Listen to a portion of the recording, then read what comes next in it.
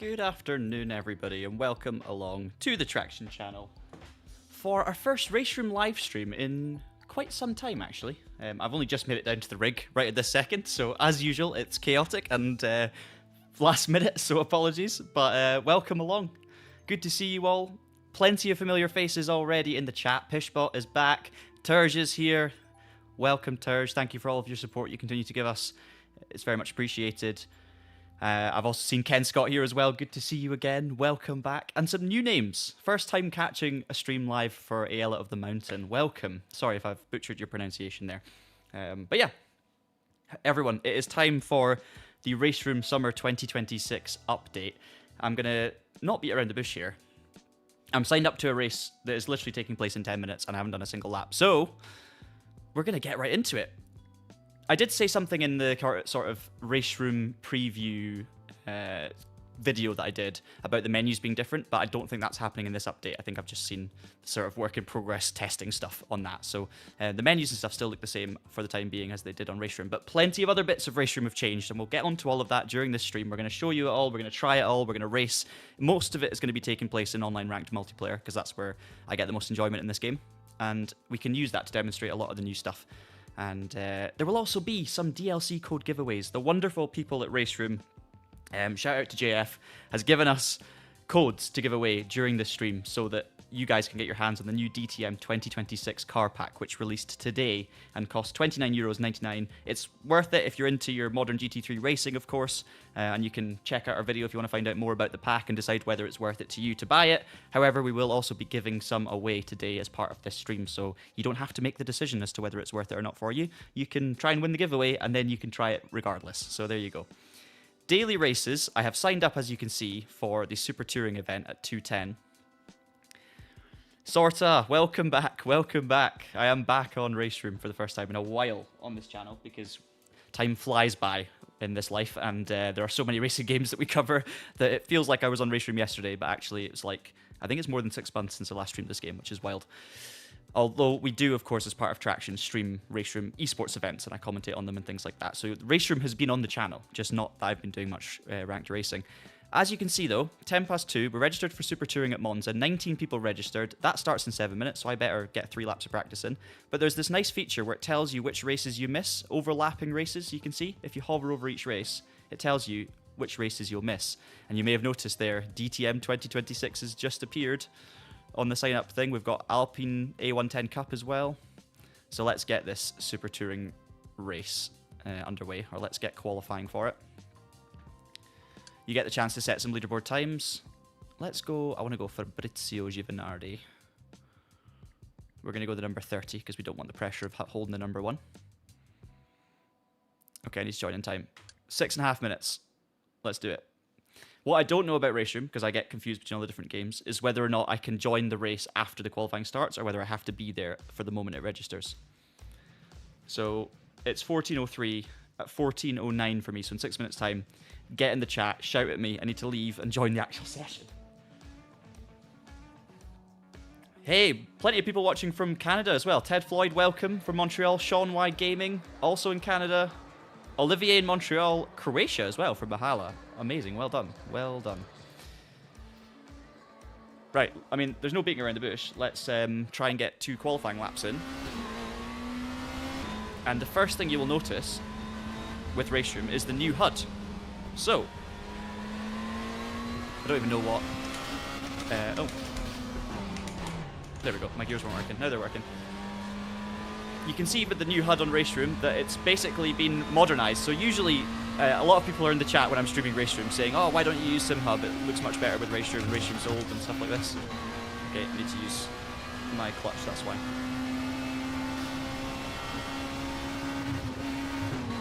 Okay, I now know how to change gear in this car, that's fine. But yeah, there's the big part of the Summer 2026 update, content aside, is the new HUD. And as you can see, it brings it much more sort of in line with other modern sim titles. So you've got your relative screen and all sorts of options down the bottom left. Right now it's lap times. You've got the leaderboard in the top left. Current lap times in the top right. You've got a force feedback graph on the right, and you've also got your inputs in the middle of the screen. And a track map, tyre temps, a more modern sort of rev indicator, gear indicator, all these kind of things. And you can move and resize all of these things in a separate menu as you're driving.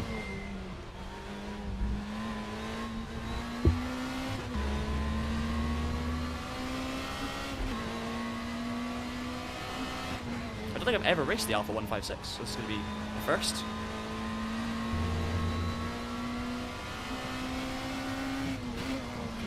And there's something else new that's happening right now that you're witnessing that you might not be aware of, and that is Monza. So this is the Monza Grand Prix layout, but it's had a 2026 spec update for free for everyone who actually owns Monza already. So if you're going to be racing around Monza, you're now going to have a 2026 version of the track. Now the previous version was the 2024 version, which to be fair is almost identical to the 2026 version. The only difference really in 2026 is the fact that it's been used for 2 years, so the new tarmac is not quite as shiny anymore.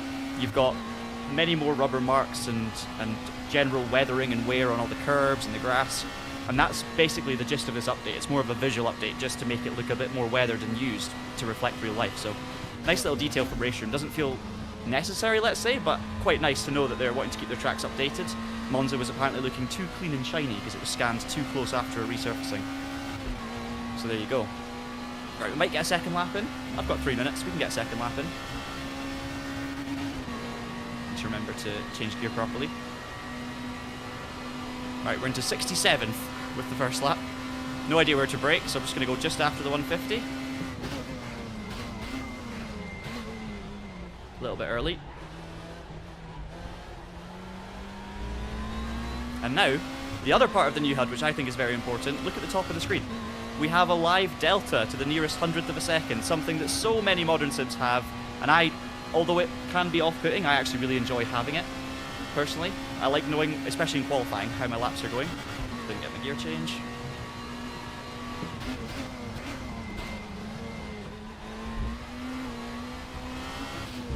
Oh. No, I crossed the white line. 4 wheels crossed the white line. Can I get another lap in? Quickly. No, I don't think I'm going to have time. I don't mind starting from near the back, though. It's the first race of the day, and we're going to ease our way into this, and we're going to have some fun, so it's really not a big deal if I do start from the back.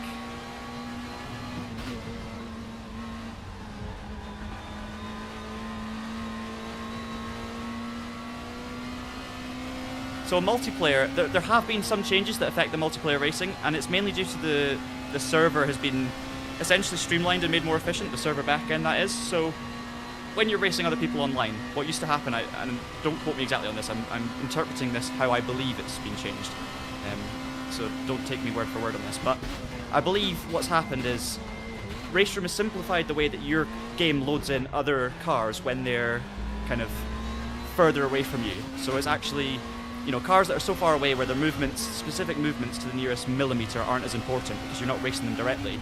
RaceRoom has now streamlined it so that those cars are loaded in a more simplified way. It'll still look natural for you, but it actually uses less of your backend, your latency, your internet, your game, you know, to be able to accurately determine the position of those cars, if that makes sense. So because of that, stay within track limits. Because of that, the online racing should, in theory, be a little bit more stable and you can have bigger field sizes. Now, obviously how that works in reality, the update's only just dropped publicly, so none of us have been able to test it, but there have been some test races behind the scenes where there've been, I've heard, over 50 cars in the same race and it's all been stable and successful. Oh. Could really do with getting my gear changes. Hey, thank you, Turge. So, the way the giveaways are going to work is after each race is completed, Ozley's going to jump on with me, and we're going to give away some DLC codes, and it's going to be the DTM 2026 pack that we give away, and one person each time will win it. We'll tell you the rules and how to enter when we get to them, but it'll be very simple. It'll just be the case of commenting a certain code word to enter the giveaway, and then a winner will be picked at random, and we'll reveal the winner at the time, and then we'll have to get in touch with you, so we'll find out a way of contacting you. I think there's now maybe DMs on YouTube, and if not, we'll speak to you, and we have a kind of way of getting through to you, and we will give each winner a code, and also instructions on how to redeem that code. Right, to leave and join the race server. Just going to get one qualifying lap in at least. Going to be a 159 something, 159.8. Okay. Exits. I will catch up on the comments in a second as well, because I need to actually... Right, can we join? We're in split 1. Fabrizio Giovanardi. And that's us, I think. Yeah? Can I join? There we go. We're in. Oh, and then read the newsletter. Amazing, Terj. Hello. Guidini Javier? Guidin Javier? No. Guidin Javier? 3 attempts. Hopefully one of them was okay.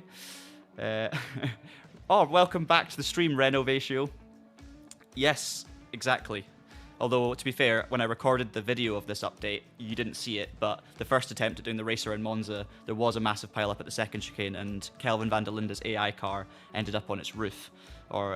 So, yeah, it does still happen.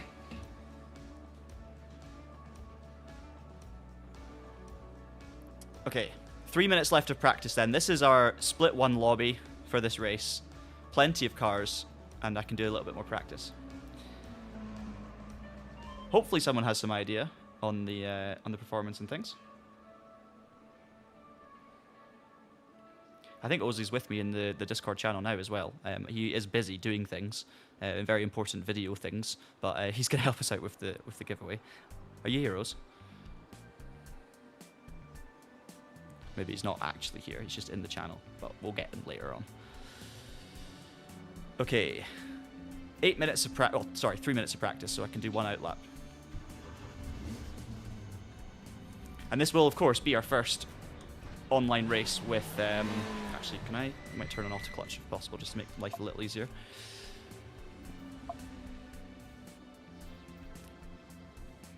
Might make us a little bit slower, but just saves me trying to think about talking and clutching on upshifts with a sequential at the same time. If it's an H pattern, it's a bit different. And I could do an H pattern, to be fair, but I'm running sequential at the moment. Should just make our life a little bit easier. Focus on the racing. Oh, my chat's gone. Hang on. Now my game's gone.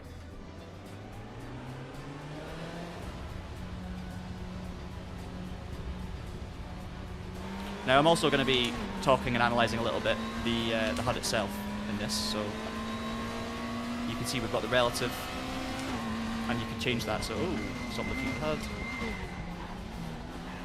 So down the bottom left, there's my relative timer, and that works, you know, like other sims as well. You can see there's a car now 9/10 behind me, 2.2 ahead of me. We can then go along on this one to pit stop, so you've got a pit stop menu. You can add fuel, change your tyres, all that stuff, assign buttons for these things. There's vehicle settings, so you've got brake bias, headlights, and force feedback on this car. I don't think we've got ABS or traction control as an option because the car doesn't have it.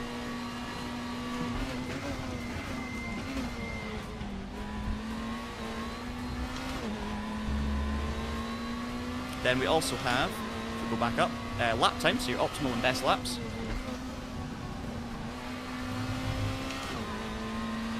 And then we've got, you can also do that for different drivers as well, so you can scroll along between myself and different drivers on the server, check out the different lap times for people.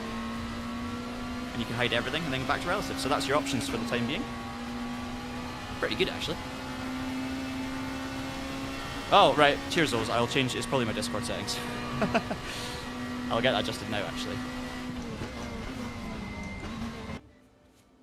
So I don't want to have you mute the whole time if you're shouting very important instructions at me. Yeah, that's what it was. Hello. Hello. There he is. There he is. He's been there the whole time.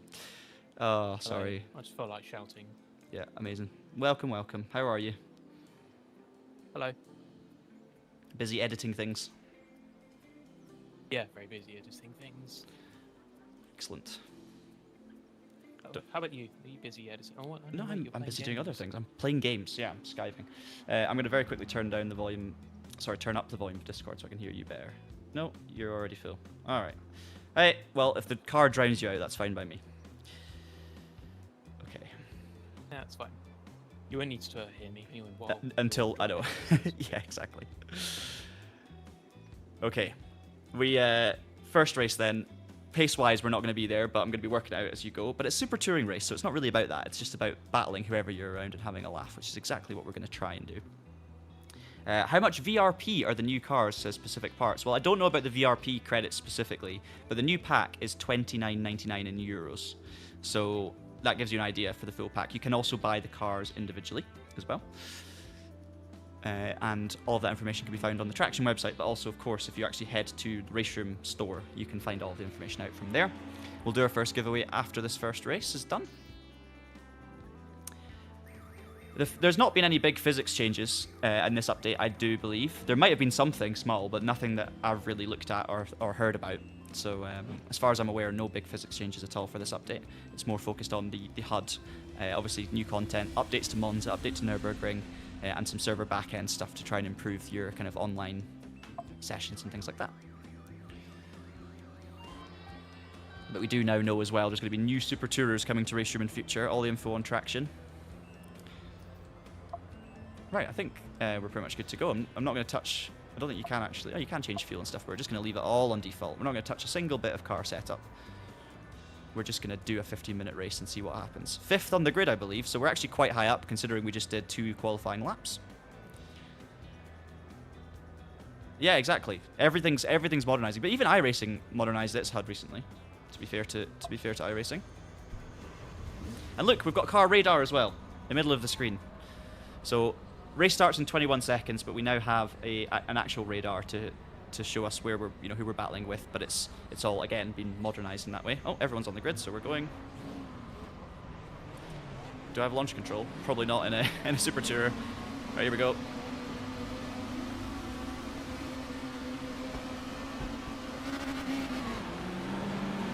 Not a good start.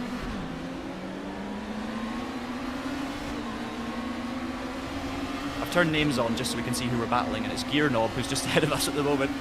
Gear Knob in the Laguna.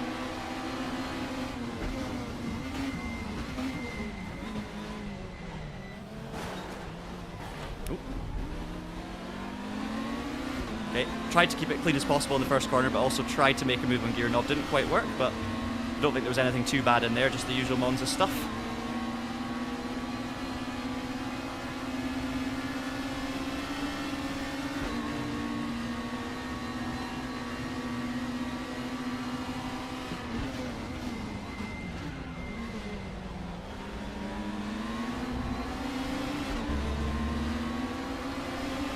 Settling to P5 behind Eddie Gear Knob.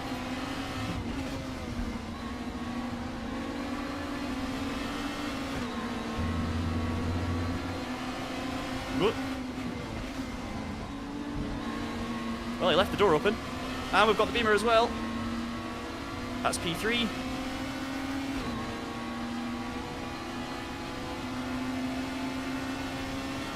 Yeah, so far no blinking. So that's a good sign.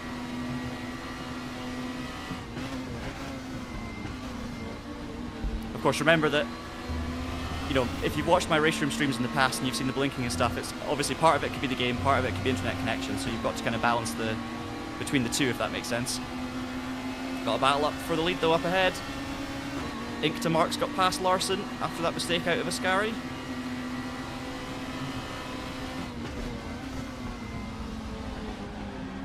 Just don't want to lose the slipstream of these front two until I learn how to drive the track. I'm still working out my limits around here. Very familiar, of course, with the track and reasonably familiar with front-wheel drive Super Tourers, but I've never driven the Alpha, and it's just trying to kind of get in tune with the braking points in this car, because I've not done a Super Tourer race around Monza before. Only 15 minutes to go.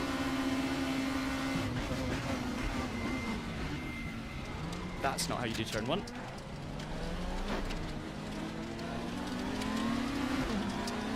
Right, I let Eddie Gear Knob go because I didn't want to make an advantage basically by cutting across the chicane. But at least now I know where my limits are for that first chicane. Big lock up. I've probably got some flat spots now. Under pressure from the beamer. Let's go defensive.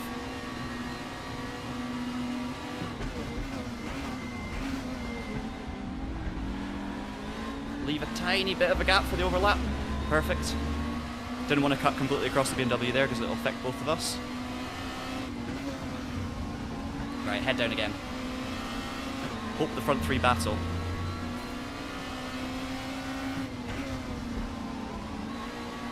Oh, there you go. Mistake from the Volvo.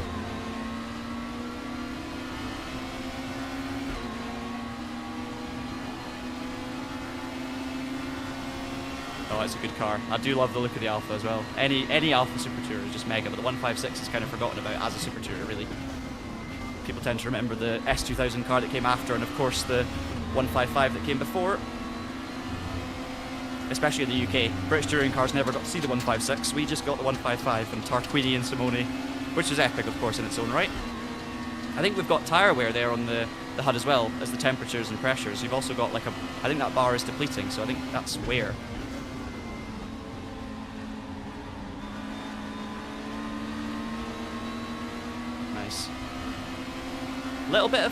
Tiny bit of blinking or moving around, but very subtle for the Laguna.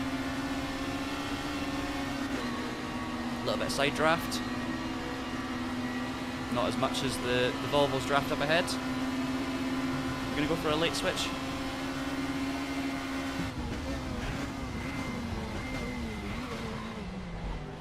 Done.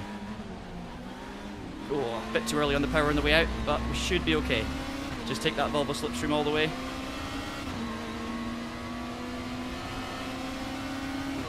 It was maybe a bit risky considering what happened on the previous lap, but at least that gave me an idea of where it was too late on the brakes.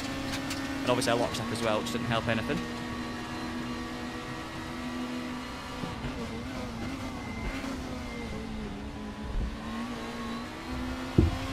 Oh, looking on 2 wheels in the mirror.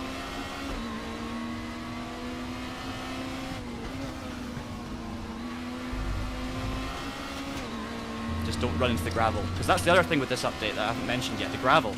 So if you run wide and touch the gravel, the pickup is worse than it used to be. So not only do you just lose loads of speed and momentum by actually running through the gravel, but the gravel stays on the tyres for 3 times longer.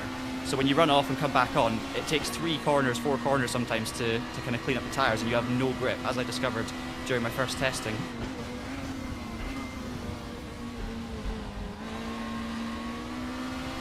Know where to go with this run, and I can't see my apex. 3.7 seconds behind the Laguna out in front, so I'm going to have to really make this move soon and get down the road chasing that Laguna.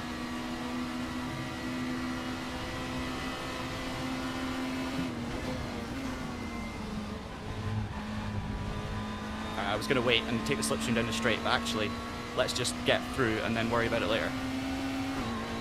Don't know if I'll live to regret that. Probably will. No bump draft for the Volvo. Oh, I've made a bad tactical move. Come on. I'm going to send it straight back down the inside if I can, though.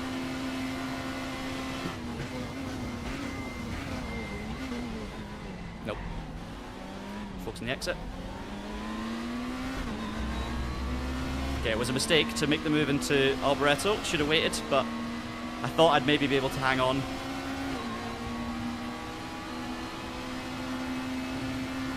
Again, a little bit of blinking and moving from the Volvo.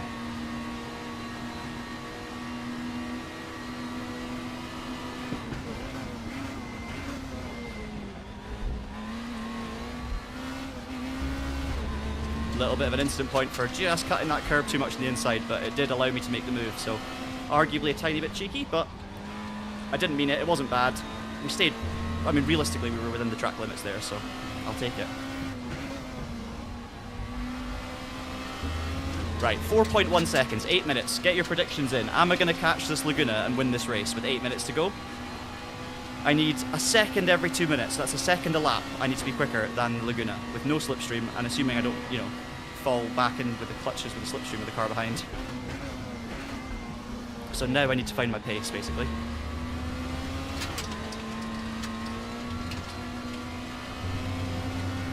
I've got no one to follow as a reference, so... Ooh. Is the Volvo going to bump me, or is he going to go for the move? He's going to go for the move. Ah! Damn it. I want him to bump me along. And now this is going to hurt us both. That's going to hurt me badly. No! Alright, new prediction. Can I get back to second? Oh, look how much momentum we lost. That's what I was talking about earlier. If you run into the gravel, you lose so much. And I was just trying to leave too much room on the inside and misjudged it. My bad, entirely.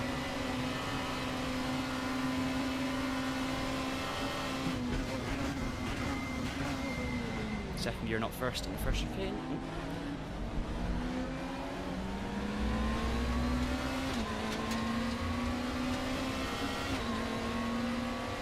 Yeah, not anymore. Track limits can be very strict in RaceRoom. Totally agree with that. We'll try again, though.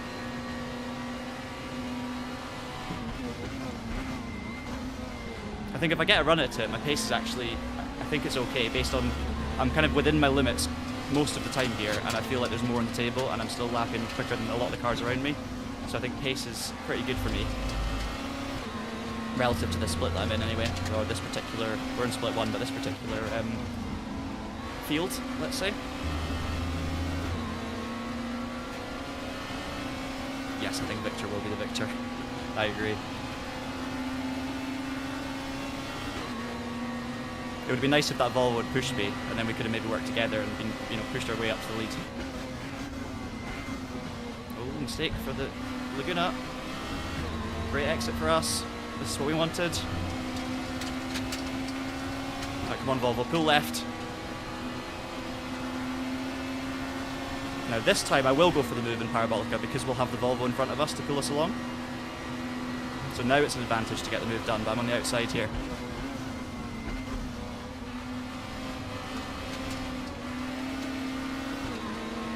Couldn't hold it. Okay, this will be funky though. Turn 1, double slipstream. This BMW is looking very smooth.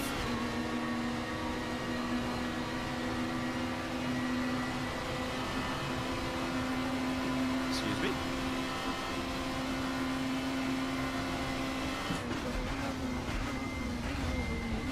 Oh, he's got it stopped. Wow. Absolutely no complaints there. That's just great from the BMW. Braver on the brakes. Clearly I'm leaving some on the table after my lock-up earlier. Great move. Still in P4. We've got Patrick Swayze 2.5 seconds behind. Back from the dead. In the second Alfa Romeo.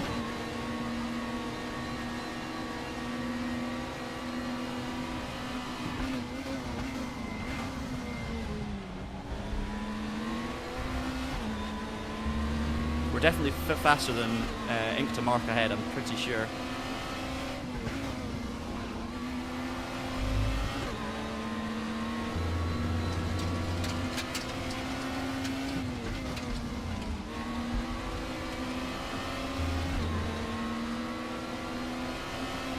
Right, P2 is the new goal for this race. Nothing I can do about Victor.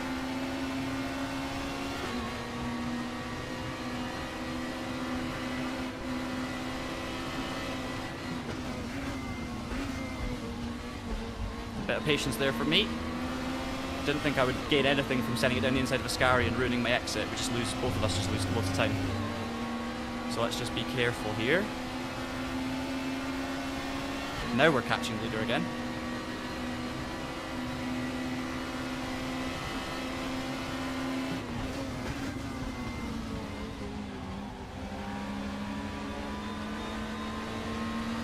Perfect.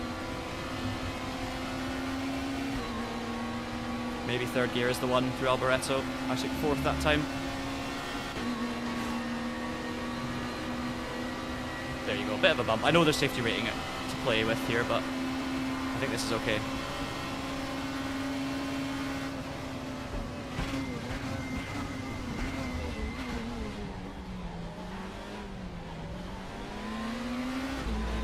P3.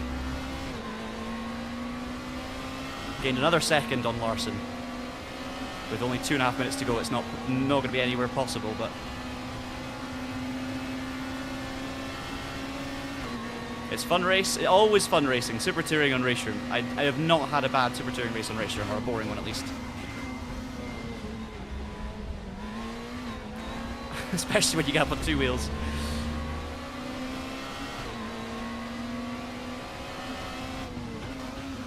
Just remember, guys, if you've joined, we're doing a giveaway for the DTM 2026 pack, and the first giveaway will be after this race is finished. So not long to wait now.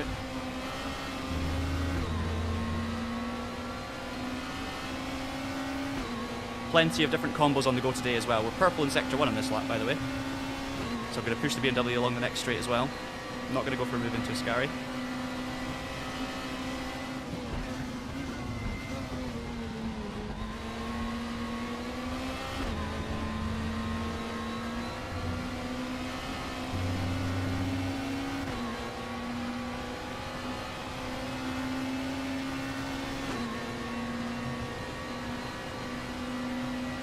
See.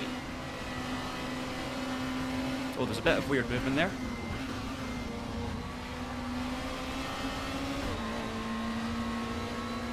Not a great last corner, but now we're going to have the slipstream. This is what we want. Going on to the last lap. Bit of weaving from the Beamer, but I think we're going to be okay. Just got enough of an overlap. Remember though, the BMW went round the outside of me last time, under braking to defend. We're going to have to go very late to cover him. We're going to do it. We're going to be brave.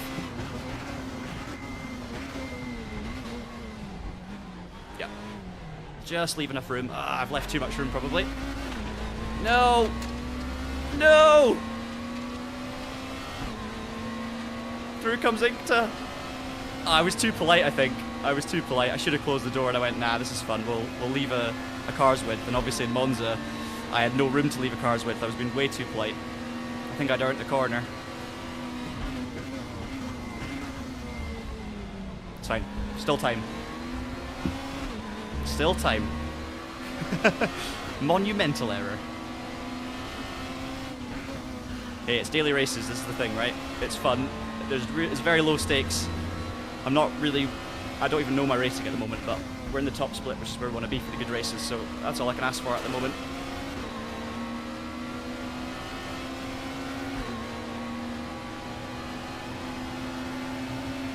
Come on, Volvo. I need to chase Jurovsky, but I don't think I'm close enough.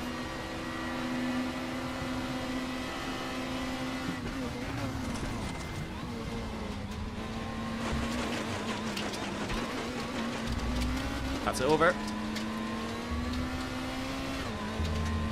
Oh, unless the front two have an incident. I don't know what I was doing there, honestly. I was kind of two minds about going for a move around the outside, went for it, ended up touching the grass, and that was it. But who's going to win out of these two?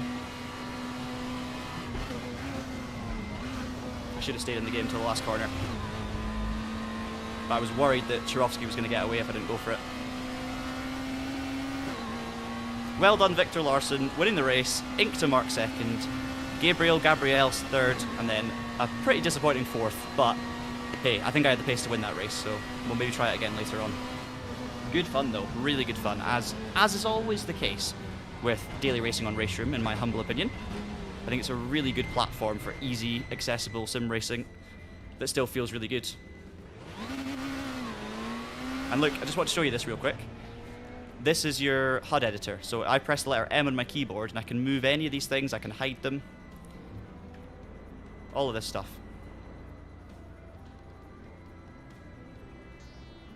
Which is pretty impressive in my opinion.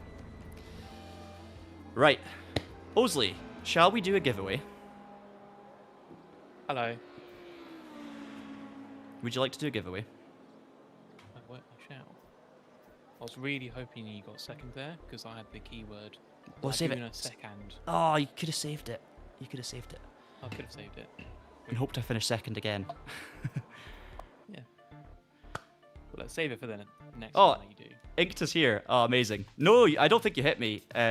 Welcome to the stream. I recognize your name, actually, now that I'm seeing this. I feel like you've been on Traction streams before. That was a great race. I hope you enjoy watching that back later, Inkta, because, yeah, I think I had the pace on you. I feel like I had the pace on you, but my racecraft was just not there. And then through the first chicane, I didn't leave the...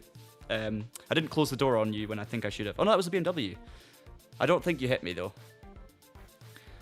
And in Ascari, I went tried to go around the outside of you in the last lap, just to try and stick with the BMW. And I don't know if you squeezed me or not. I would have to see it again. But hey, it was a great fun race. Really good fun.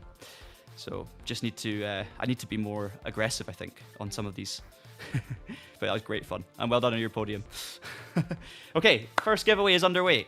If you type in the chat, !just Monza things, all one word, you will enter into the giveaway to try and win a DTM 2026 pack.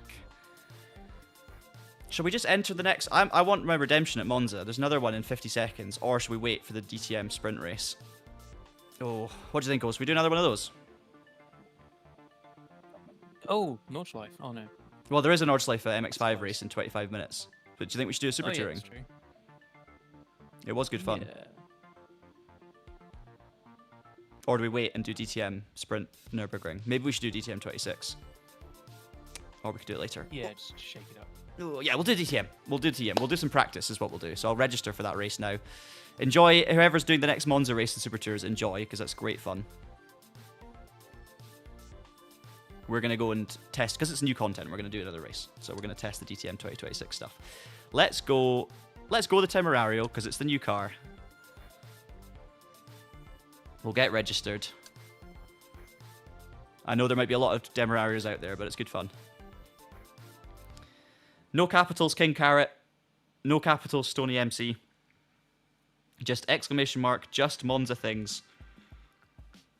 for your chance to win a DTM 2026 pack. We will close it in. We'll not tell you exactly when, but it's still open for now. We'll give it a little bit of time to settle before, so that people can join. Have just joined the stream.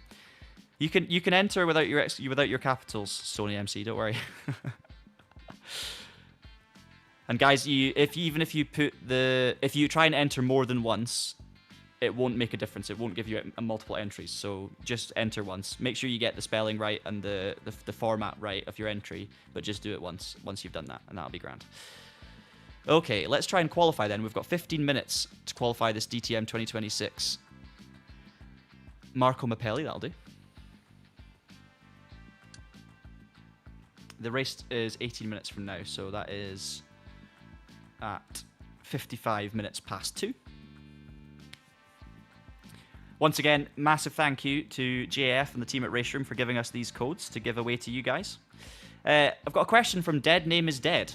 What pack is best to buy as a newbie in RaceRoom? Well, there is one specific pack that I would always recommend is great to buy, and that is the online racing pack, I think it's called. Let me just... Yes, so if you Google... Actually, I can probably show you if you give me a second.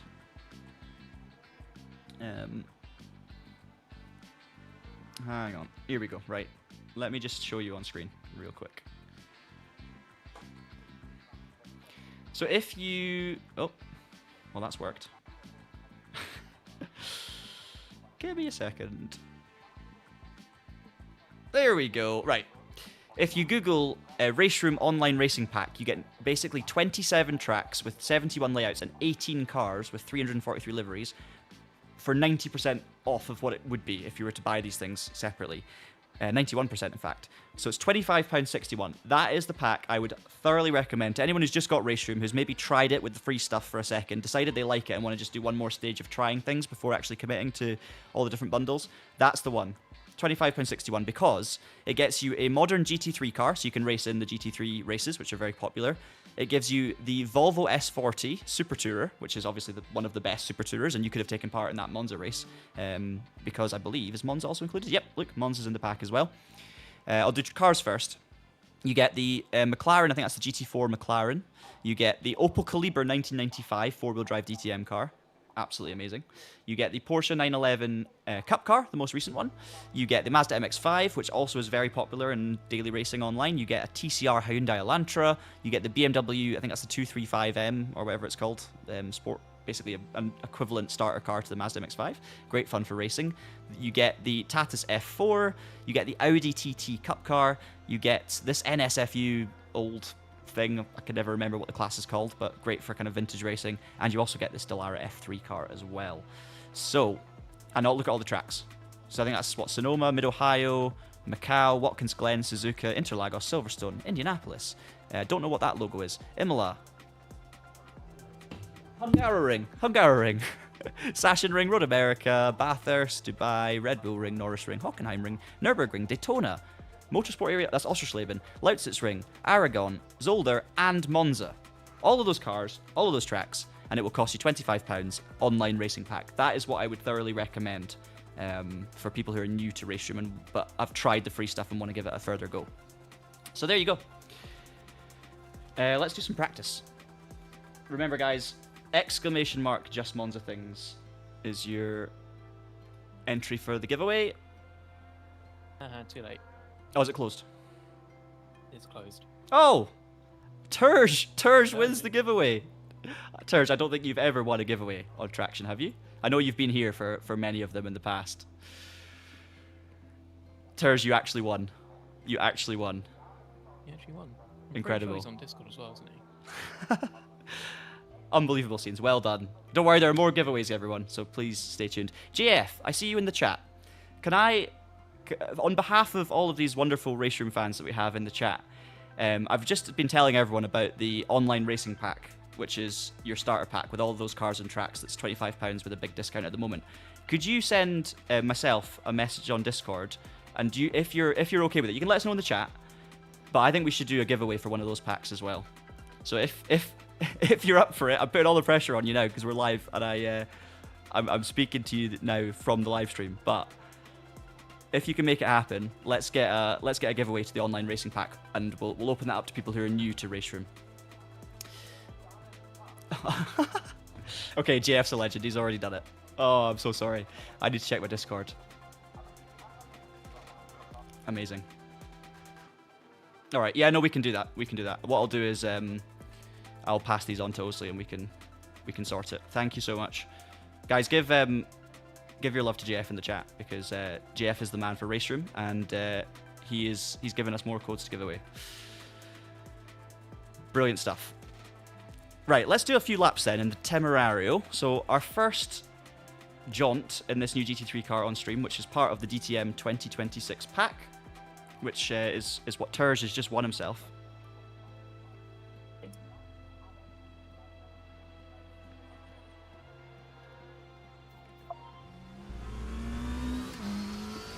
I'm not ready for control yet.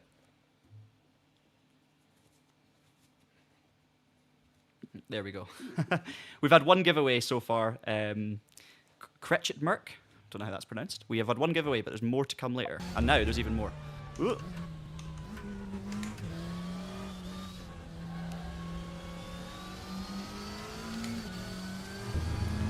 Also, JF, I had one, so far with the HUD, I have one suggestion for what I think would be good to see in future, and it might already be there and I've not assigned a button properly, so do forgive me if I'm telling you something that already exists, but the bottom left element, let me go full screen for a second, and I will send you this later on as well, because I know you've got a thread, that's the wrong button. So the kind of relative timer, lap timer on the bottom left, at the moment, hang on a minute, you've got the sort of tab at the top, which gets you vehicle, lap times, and you can hide it. Obviously, the race, it gives you 6 or 7 different features. Now, when I scroll down to... Sorry, Oz? I have no idea what Oz just said. Anyway, when you scroll down to the vehicle menu, and then you want to change your settings, you use the right and left buttons. So I can use left and right to change ABS, TC, and stuff. But then I could do with a second option to kind of go tab left or right, or kind of change pages left or right. Because now, for me to go to lap time and the hide thing, I have to go back up to the top and then click along. Now, as I say, you might have already, there might be a button for that, and I need to go and assign it, and if so, apologies, and we'll get that sorted. But I think that would be a kind of extra good thing, because I have more buttons on my wheel I could use, so that I can just go left and right between these pages separately from scrolling down and going left and right on these. Yeah. Awesome.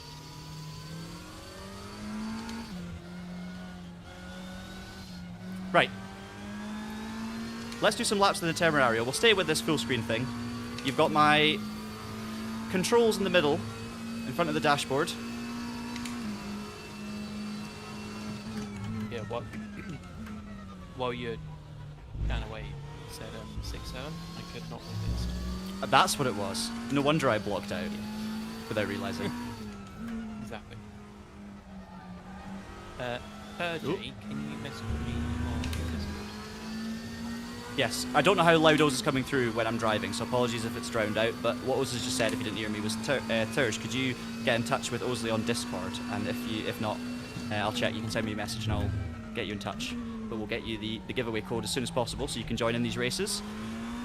And Oz will also give you instructions on how to redeem the code. I think I was misleading people or getting it wrong last time as well, so apologies. But it's not through, you don't redeem the code through Steam, you redeem it through the actual RaceRoom store. So we've got simple instructions to follow to get that code and get the DLC sorted.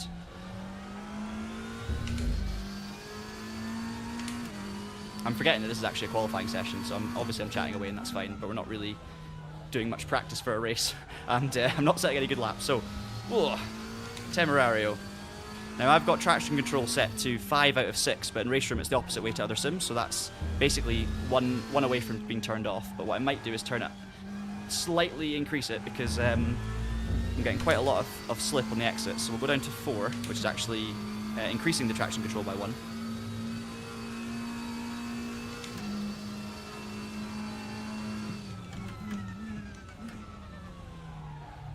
And obviously, because it's a Lamborghini, I talked about this in the video. Ooh, driving is a lot of work. Because it's a Lamborghini, it's a kind of mid-engine GT3 car. It tends to be quite good on, or quite sharp on the turn-in, good through medium-speed corners, but it's a little bit less stable, and it's a little bit easier for the rear to try and overtake you. And I am finding the Temerario a bit more of a tricky beast to drive than the likes of the Mustang, the Aston, the BMW, the Mercedes, for example. So it does take a bit of getting used to. And when you turn in off throttle and everything, off brakes, it can just rotate around a little bit, so you get quite a few little corrections. Like there, for example, I had to almost predict that it was going to snap a bit. You still understeer on throttle on the exit, don't get me wrong, but then when you actually have the rotation and get on the throttle too heavily, that's where the traction control was not maybe strong enough for my liking. So we've turned that up now, should be a little bit better.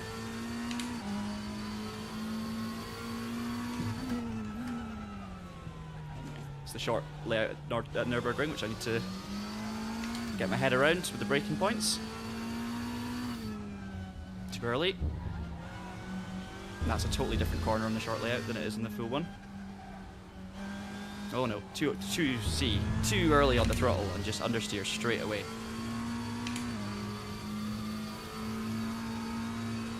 Yeah, no, I had TC on 5, but now it's on 4. So we'll be doing another giveaway, guys, after the next race, so don't worry. There will be more giveaways coming soon, so stay tuned.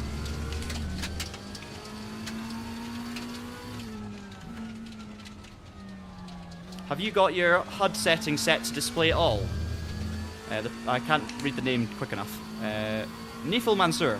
Yeah, do you have the HUD settings to show everything at the moment?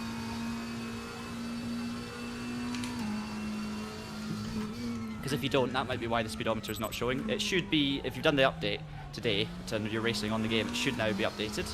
But it was literally this morning that this update was pushed, so it depends if you've checked this morning to see if it's all changed. Nice thing is as well now is it modernises RaceRoom to a point where people obviously that have been using SimHub and Crew Chief to get a more up-to-date HUD and things on the game, or slightly more information, can now also use the RaceRoom's own native system if they want to. Now I know I always say this in streams, I tend to stick to the native systems because I constantly uninstall, reinstall games. As part of Traction we test all sorts of different sims, and I tend to keep it authentic because that's the experience that you're essentially being served by the game developers, right? So yes, you can use third-party things to make it better, and that's a whole other argument, but when you're actually analysing how good something is and you're testing it and you're wanting to show it in true light, you don't necessarily want to use third-party apps, you want to just show what the game is. And that's where this update makes a big difference, having this new updated HUD. Because having like relative timers and deltas that are a bit more clear. RaceRoom did always have a delta, by the way. It was just not very clear. It was hidden away in one of the dashboard displays. So having that's really good. You can see now I'm 6/10 up. But I've messed up the last corner a bit. Right, 126.8. That should put us... If you look at the top left, that would put us third on the leaderboard, but it's not updating that leaderboard at the top left. No idea why.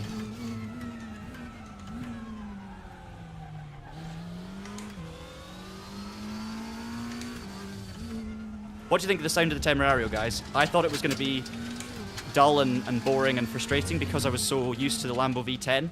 I don't think it's as bad as I expected. I still prefer the V10, of course, but to me, the Temerario does sound more interesting and it's a better exhaust note than the McLaren, which is the other V8 that I don't like the sound of.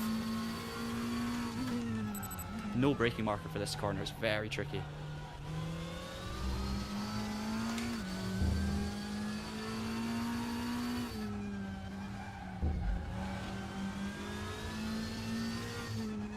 No! Oh, that was a good lap until that point.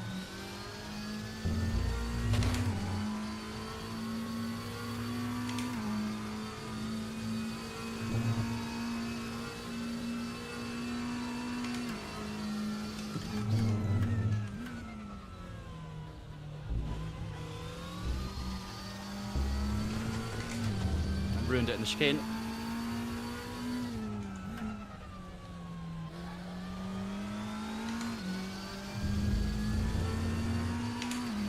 Right, we're going to leave qualifying there. We've done a 126.7. I could go... Well, we'll do one more. I'll chase the Kleindon Dast.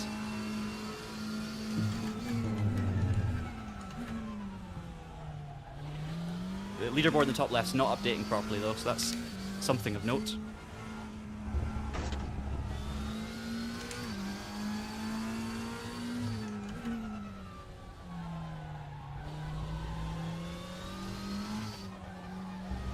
You get a bit of lift off oversteer in this car as well.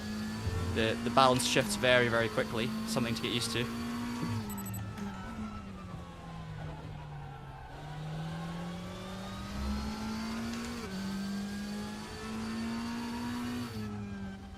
Too early in there. Could go a lot faster. Oversteer on the curb.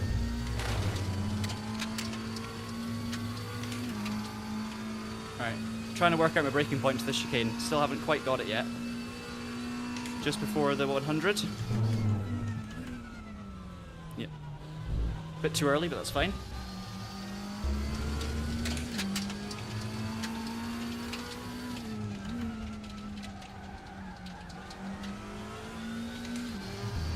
Much better lap though. We're going to break into the 25s here, I think. 1:25.988. There you go. So, we've done a bit of practice now. We've set a qualifying lap. Don't know where it puts us on the leaderboard. Let's see when this loads.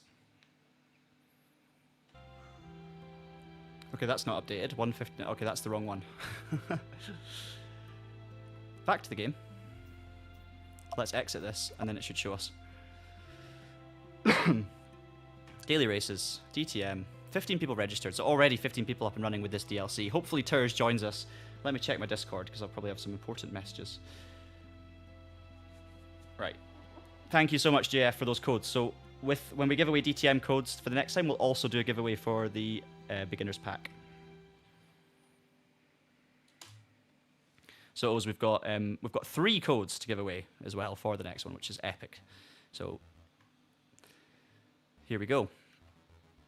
It says I do not have a lap time in leaderboard qualifying, but we'll see what happens. We're in split number 1. We're going to go the number 1 car this time.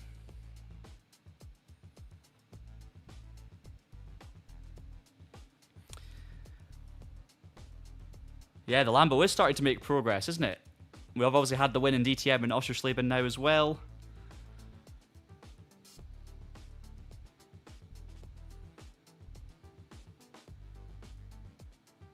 $120. Epic.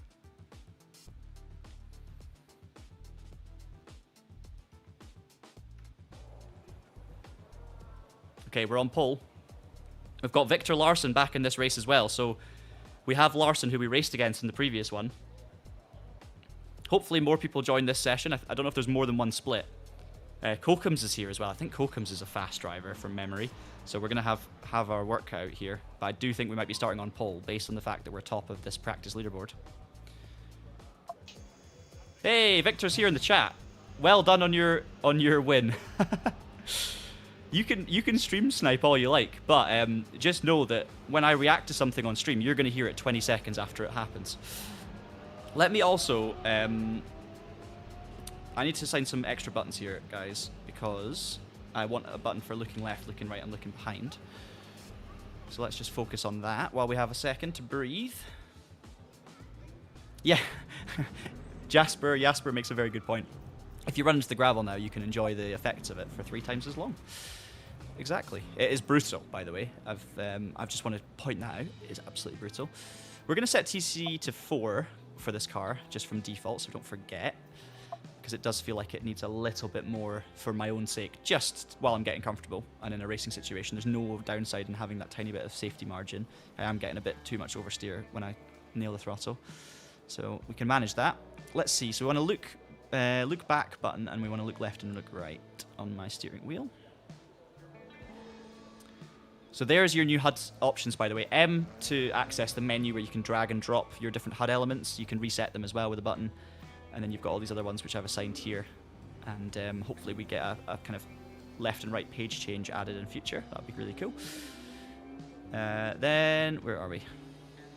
Replays, cameras, here we go. Going to use the clutch paddles on the back of this Heusingfeld 1 steering wheel, the fantastic Heusingfeld 1 steering wheel. I know I've said it already, but do keep an eye on the channel for more on that one. And then we're going to do look behind as well. There.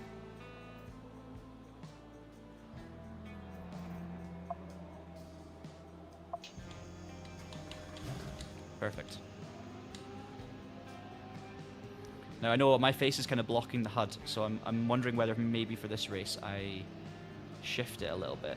It'd be good for you guys to see that HUD. Or you know what? I'll move the HUD. That's what I'll do. I'll keep my face where it is, but I will now edit the MFD and put it up here. Now we've got the mirror up there. We've obviously got the the what's it called, the radar. So maybe we go up here. Just want to play around with it a little bit. That shouldn't block the timing thing too much. We're going to see what this does. I just wanted to try it with without moving the camera. The reason the camera is where it is actually for a production reason, to do with, like, if ever something hilarious happens on the stream and we want to social clip it. Essentially, having the camera at the side means I can then show what's in the middle of the screen and the camera, and we can edit it so that you can see both. If we move the camera above during the race, well, to be fair, that would probably work as well. But anyway, we're going to try this. Let's just play around with it. Let's see how it works when it's up there. I'm very used to it being bottom left for gaming as well. Victor Larson, look at that, 125.1. So we've got some lap time work to do, for sure. Astro Shatta asks, how do I win a code? Do not worry, after this race we will reveal all for the next code. There'll be multiple codes still up for grabs in this stream, so do hang around. After the next race we will give away more codes. But it's very easy to take part in. Very, very easy.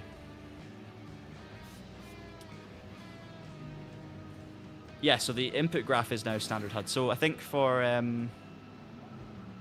I've got a second monitor for my OBS, so I can read comments and stuff and make sure the stream's still working. We have... But I'm racing single monitor. The HUD options, for anyone who's wondering, if you go to Gameplay and HUD, you can display the HUD there.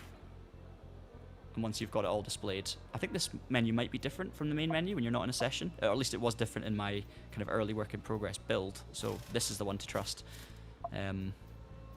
But once that's on, there was settings, and I think there might still be from the menu, but I don't know, I need to check it. But there are settings where you can choose the level of HUD, so you can either have like a minimal HUD, HUD off, full HUD on, all these sorts of things. This menu is much smaller right now, maybe because I'm in session, maybe because the updates changed it, I'm not sure. So we'll see. You can race older DTM cars. Not in this race, but in DTM, in RaceRoom, yeah, of course. Yeah, there are... In the daily races at the moment, there's set combos. So you have DTM 26 is now on rotation as of today when the pack released. You also have a Tatus F4 race on repeat. You've got a Super Tourers race at Monza, which we've just done. There's an MX5 race around the Nordschleife, which hopefully we'll do at some point. And I think there was something else as well. I think there might have been a fourth combo in there. Can't remember right now. So lots of different options for daily racing today. Never short of a race, but obviously you want to try and join races that have numbers. It gets difficult when there's too many different options too quickly. Not all the races are filled, and then obviously drivers don't take part because they can see how many people are signed up. So people tend to kind of go towards the busy races. If we can get more people playing RaceRoom regularly and just tip it a little bit higher up that scale, you'll start to see more different lobbies being filled, which means drivers can enjoy different types of racing more often. And obviously, the more lobbies that are filled, the better it is for any newcomers to come in and play the game, and more enjoyable, right? Because there's going to be more racing on the go. So it's a catch-22. Once you get momentum, once you get more people in the door playing the game, you will keep more people, and then you will encourage more people to join from the outside, because they'll go, hey, look, RaceRoom's busy, lots of people are playing it, the lobbies are full, this is a great place to go ranked racing. So it's a big knock-on effect. My FOV is set to 74. It's not going to rain, C. Barry. It does not rain. It does not rain on RaceRoom. Maybe one day. Okay, it's going to be a competitive race, this. Let's see if the HUD works on the top right of the screen. Standing start, 15-minute race. Are we starting 13th? I didn't see my name appear in the qualifying leaderboard, even though I thought I set qualifying times. Maybe I just set practice times. Maybe I didn't do it properly. Oh, well. Sierra, welcome along. You're in this race and you're in the chat as well. Amazing. Many of you that are taking part in these races are also watching the streams. I love that. Good luck in the race, everyone that's watching and taking part. Let's go. Good luck, good luck. Right. 15 minutes. We're 14th on the grid, so I don't think our qualifying did count. However, I see Victor Larson up ahead, and I'm going to try and stick with Victor. If you can hear me, I'm going to try my best.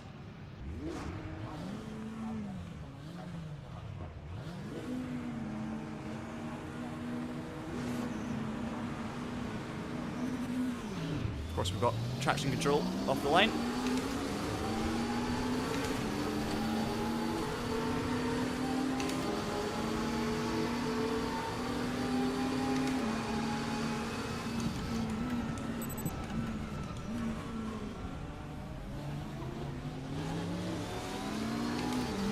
Three wide. Instant up ahead. Myself and Sierra avoided it well. Oh, Jonas is here. Jonas Schultz as well. Okay, not a bad start. Gained plenty of positions.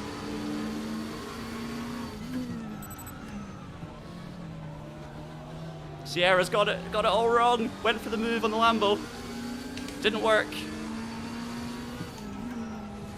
Thanks for the position, though.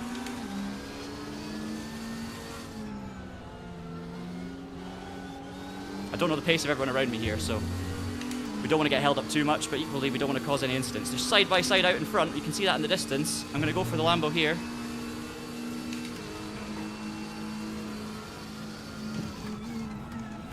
Oh my goodness, wrong braking marker. I'm so sorry. I thought I had to brake just before the 100. Oh dear. I'm so lucky, by the way. I didn't wipe out anyone there. Relative timer doing wonders for me rejoining.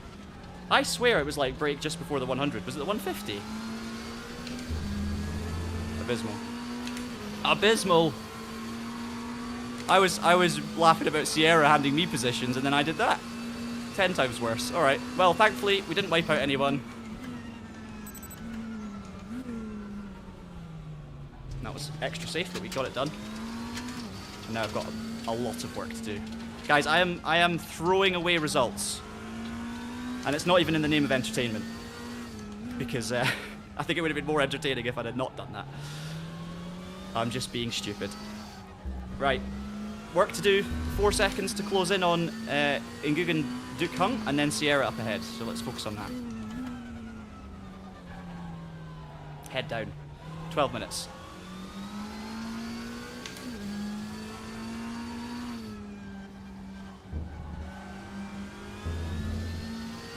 Put our little practice run to good use. That was shocking. Right, get your predictions in. We're P10 at the moment. Where am I going to finish this race? With the caveat, it's me driving. Okay, got to brake comfortably before the 100.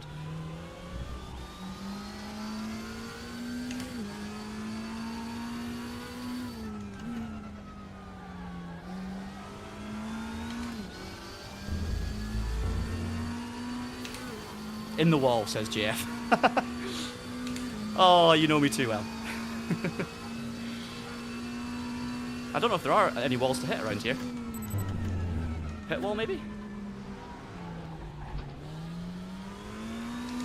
I could be more aggressive under braking. Try and get back into qualifying mode. Try and get into the 125s. I think I'm going to finish P6. That's what I'm going to go for. P6 is my prediction. That's one.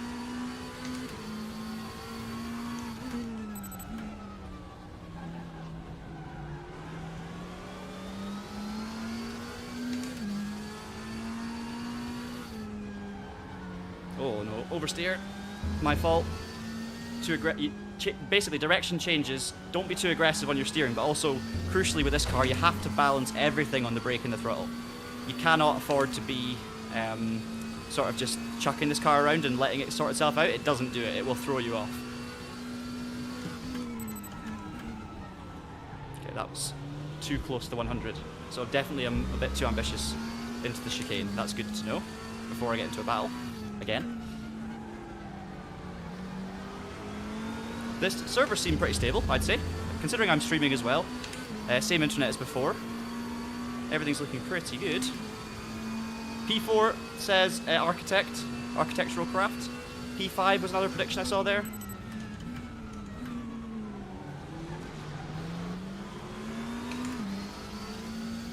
There's an amazing battle going on ahead, that's what I want to be in.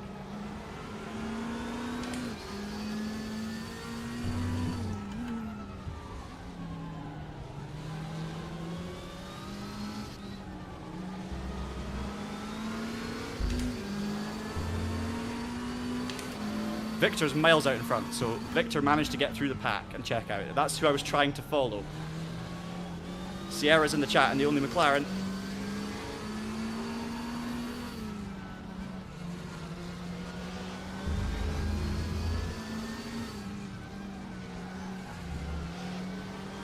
Oh, side by side.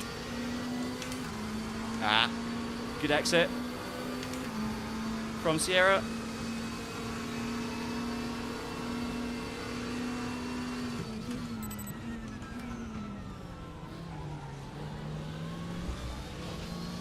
Nowhere to go with my run.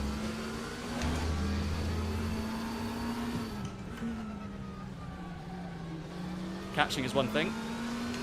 Getting past is another. So, good exit. That's what we needed. 8.5 minutes, so plenty of time still.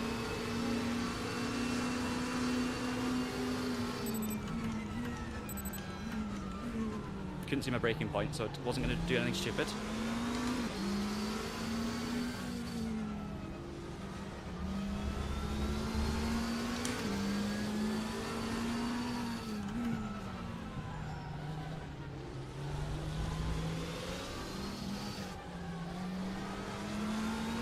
Around the outside of the McLaren. Relying a lot on my radar there.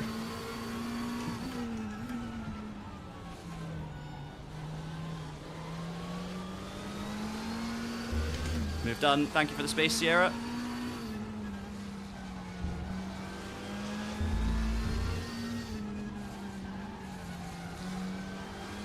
Right, next up, Jonas Schultz.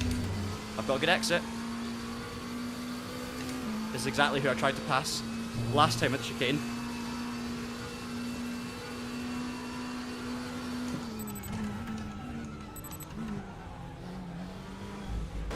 Oh, Jonas, I'm sorry. I'm so sorry. I basically listened to my advice from Monza, but I think, yeah, I went in a bit too hot and then totally ruined him on the exit. So, I don't know if I'd have got a penalty for that in real life. I'm not sure. It was probably borderline, but obviously it's not friendly. Sorry.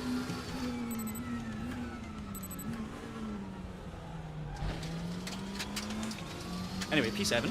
We move on. We can't undo time.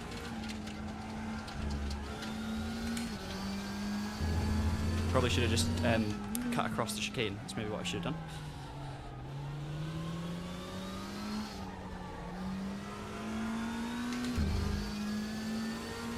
Yeah, I know.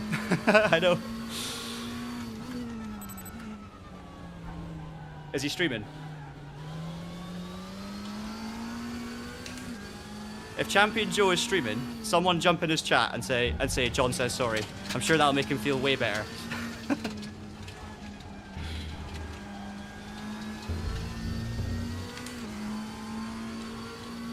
Joe is brilliant, by the way, guys. Champion Joe, formerly of Overtake, of course, but he's got his own channel. Does German language videos, but of course you can now dub on YouTube as well. So if you're only an English speaker, for example, you can still enjoy Joe's content. And he's just a really, really lovely guy. And I'm not just saying that because I've just ruined his race, by the way.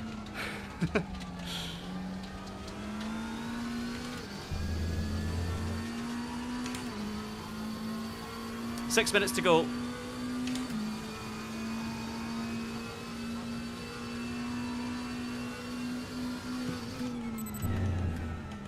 Right, I need to kind of activate qualifying mode again. So I'll try and beat my fastest lap of a 26.3.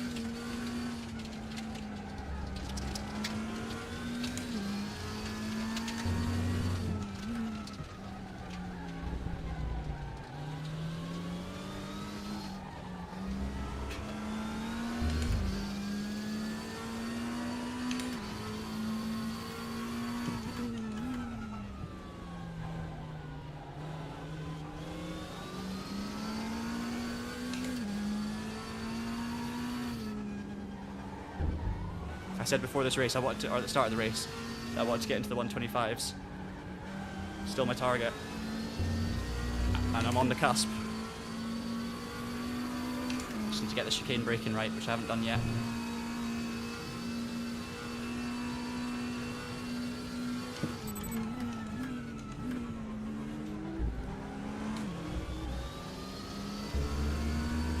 great, but not terrible.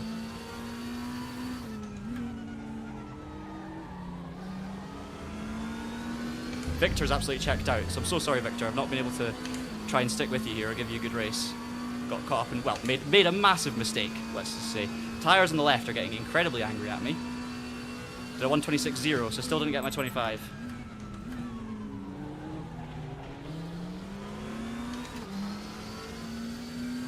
Some left-handers, thankfully.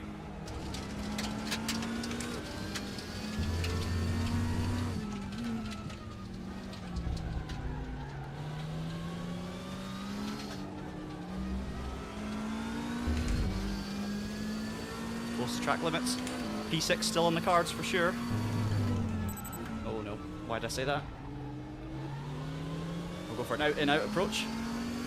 Didn't lose too much time because I turned into a big V-shaped corner.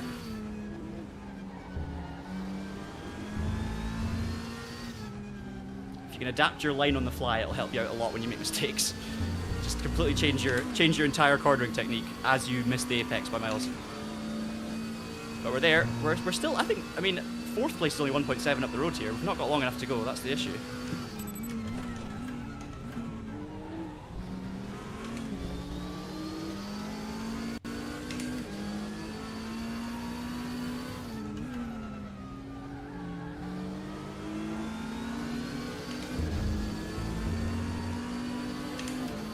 Right, we got our 25, I think, did we? No, 26.001. No! As close as you could possibly get. Other than 1,000th.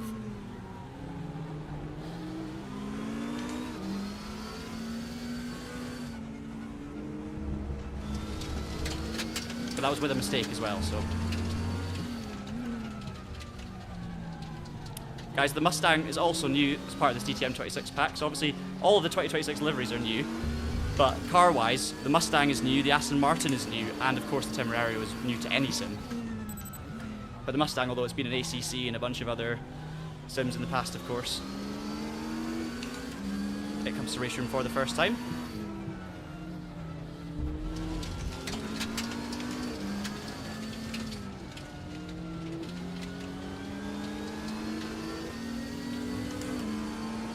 No, not gonna have to slipstream. I actually had probably too good a run there. Couldn't do anything with it.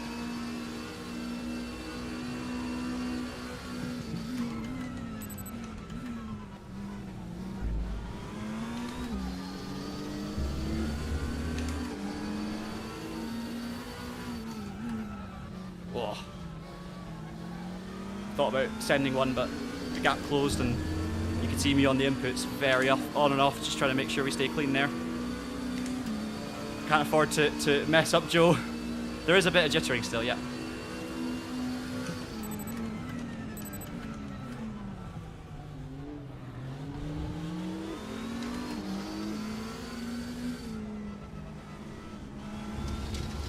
Oh, I was too ambitious there with a big kind of hidden loop up and under.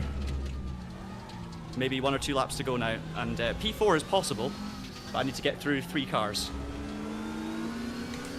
I've got the pace, I just need the space. That was a great rhyme that I did not intend. Oh, BMW sideways!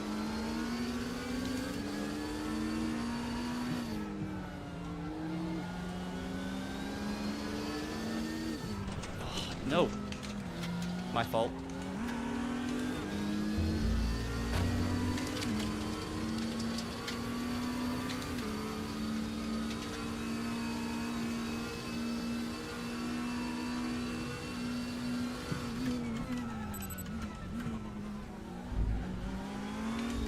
I could probably gain loads of time through that chicane by using more curb, being more aggressive. Problem is I just don't know quite where my limits are yet. And I don't necessarily want to test track limits on that part in the race, if that makes sense. Right, we do get one more lap. I know I'm P6 right now, and I'm quite a bit behind these two, but I don't know. I still feel like P4 is actually possible here.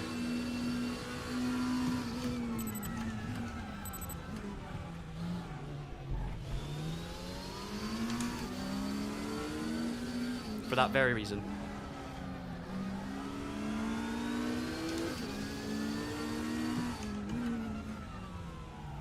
I'm there. I'm there. You left the door wide open for me, and I made the apex, so that's fine. Nothing wrong with that one. I did say P4 was still possible.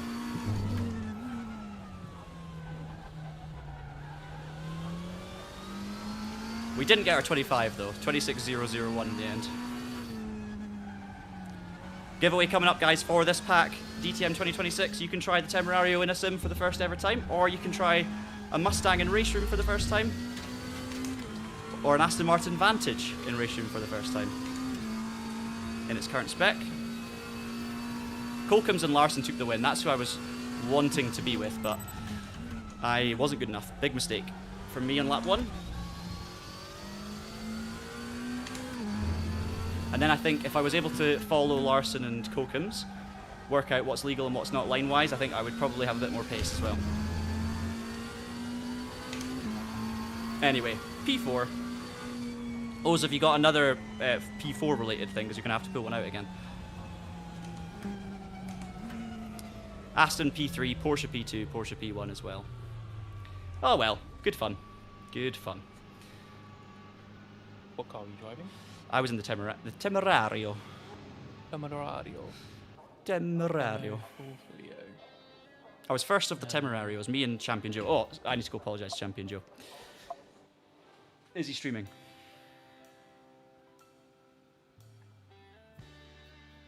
Actually, I've got something better. Is it a giveaway? Oh, I know what the... Yeah, What? I have a feeling I know where this is going. Yes, giveaway coming, guys. I'm just going to see if Joe's streaming while this is getting kicked off. Yeah, message me what you were thinking. Yeah, okay.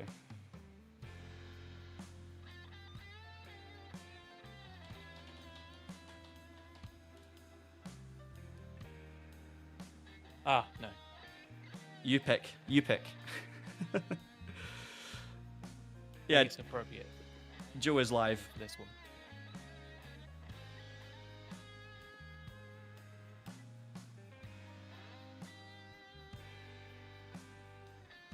Right. Message going in Joe's chat.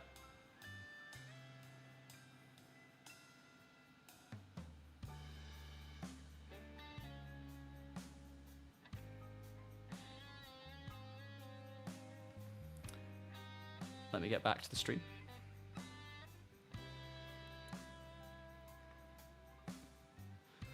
Don't worry, guys. The second giveaway is coming.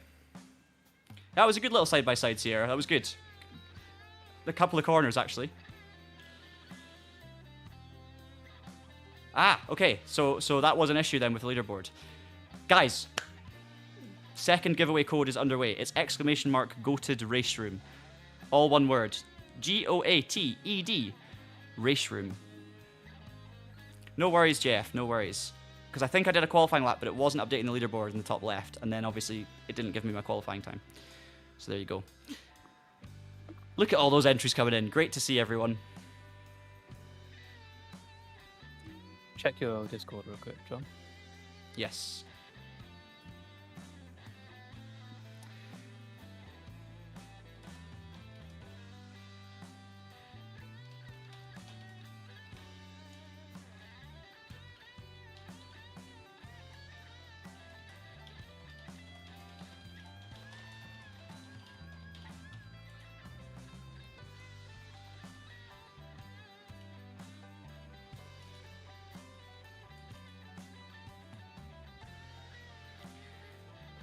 So this is a DTM 2026 giveaway, is that correct?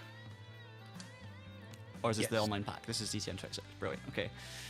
Oh, there is a second one. I might just... You know what? There's another one right now. Another DTM race at Nürburgring. I can make up for my errors. So let's go do that one again, because it's new. But we're going to pick the mighty... Let's go Aston Martin. I was going to say Mustang. 9 seconds to go, but we're registered. So we're jumping straight into another DTM 2026 race. No qualifying again, though, unfortunately. No time. In fact, starts in 4 minutes. We do have time to do a lap. We'll go Nicky team.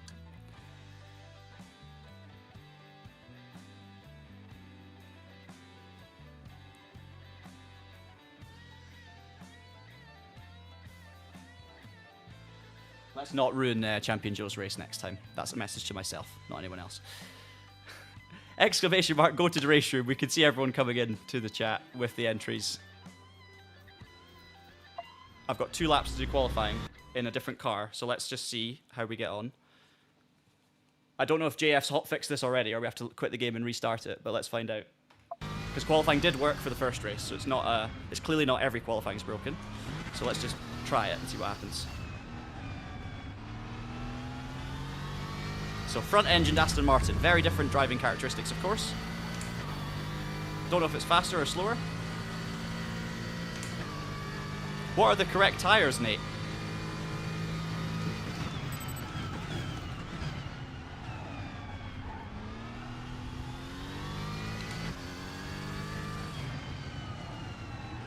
This feels a bit more kind of what I would say is the GT3 style that I'm used to driving. So I need to kind of now unlearn everything I was doing in the Lamborghini, unfortunately.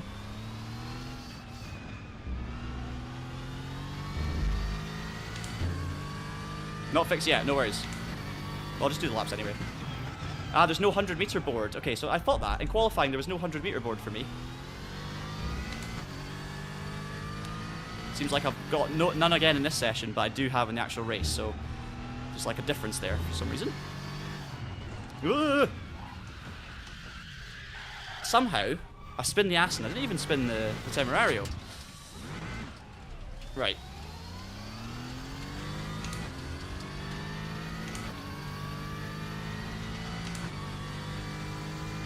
Yeah, that's totally fair. Ah, okay. That's the issue. Okay. Because the qualifying... I thought that. So the qualifying boards are different. So that's what it is. Okay, I feel a bit better now. So this track I'm driving around in this qualifying session is actually slightly different. I wonder if that's a difference with the update. Because obviously, and something I didn't really mention yet, to be fair, in the stream, the Nürburgring has also received a 2026 spec update. Now, it's the Nordschleife part, I believe, mainly, but it might be the whole thing, to be honest. I've not actually had the time to go and check that specifically. So it could be the 2026 spec related update. The fact that the qualifying track at the moment is different to the racetrack, that could be something, or I could be talking absolute nonsense. JF's probably, I was about to say turning in his grave, but he's alive. That's a terrible turn of phrase, but you know what I mean. If I'm just spouting nonsense on the stream and giving misinformation, so let's not do that. Anyway, there's a hotfix coming. I just need to try and get used to the car. No braking board, but at least we now know our adjusted braking boards for the race, so we'll not make the same mistake, hopefully, on lap 1.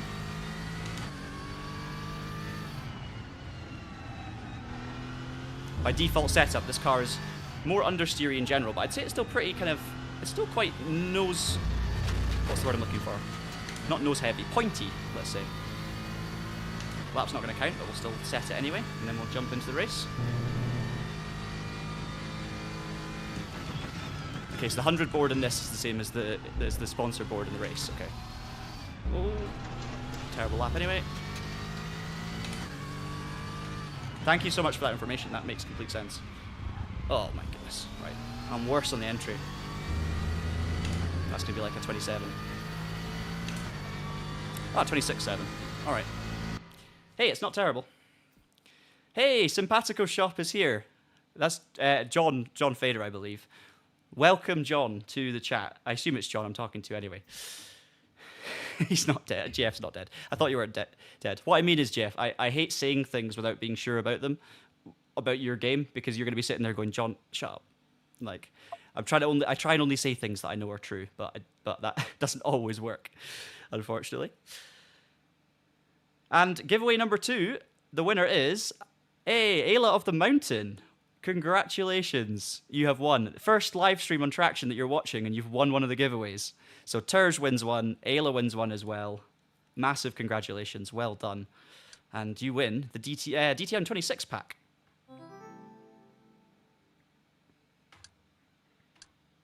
Let's get into split 1 here. Well done. So to be able to claim your prize, Ozley, I don't know if YouTube now has a DM feature, if we're able to just directly message, or do you want to do the same as usual? Yeah, I couldn't find how to direct message, so it's a bit funky. Old-fashioned way. Right. So what we need is Ayla of the Mountain. If you get in touch with us, what was the way you like to do it, Ozley? Is it through the YouTube description, or do you want to try and contact them directly? Yeah, so if you, in your About section on YouTube, basically you just put in a social media page of your choosing, like Twitter, Discord. A way for us to that contact you, in basically. in your YouTube bio, and then we'll get in contact with you there. Sweet. I've turned you up on my endos, hopefully, just in case you're a bit quiet for everyone listening. But yeah, so if you heard that, Ayla, let us know. Send us a message on, or change your YouTube description and bio, and we will get in touch.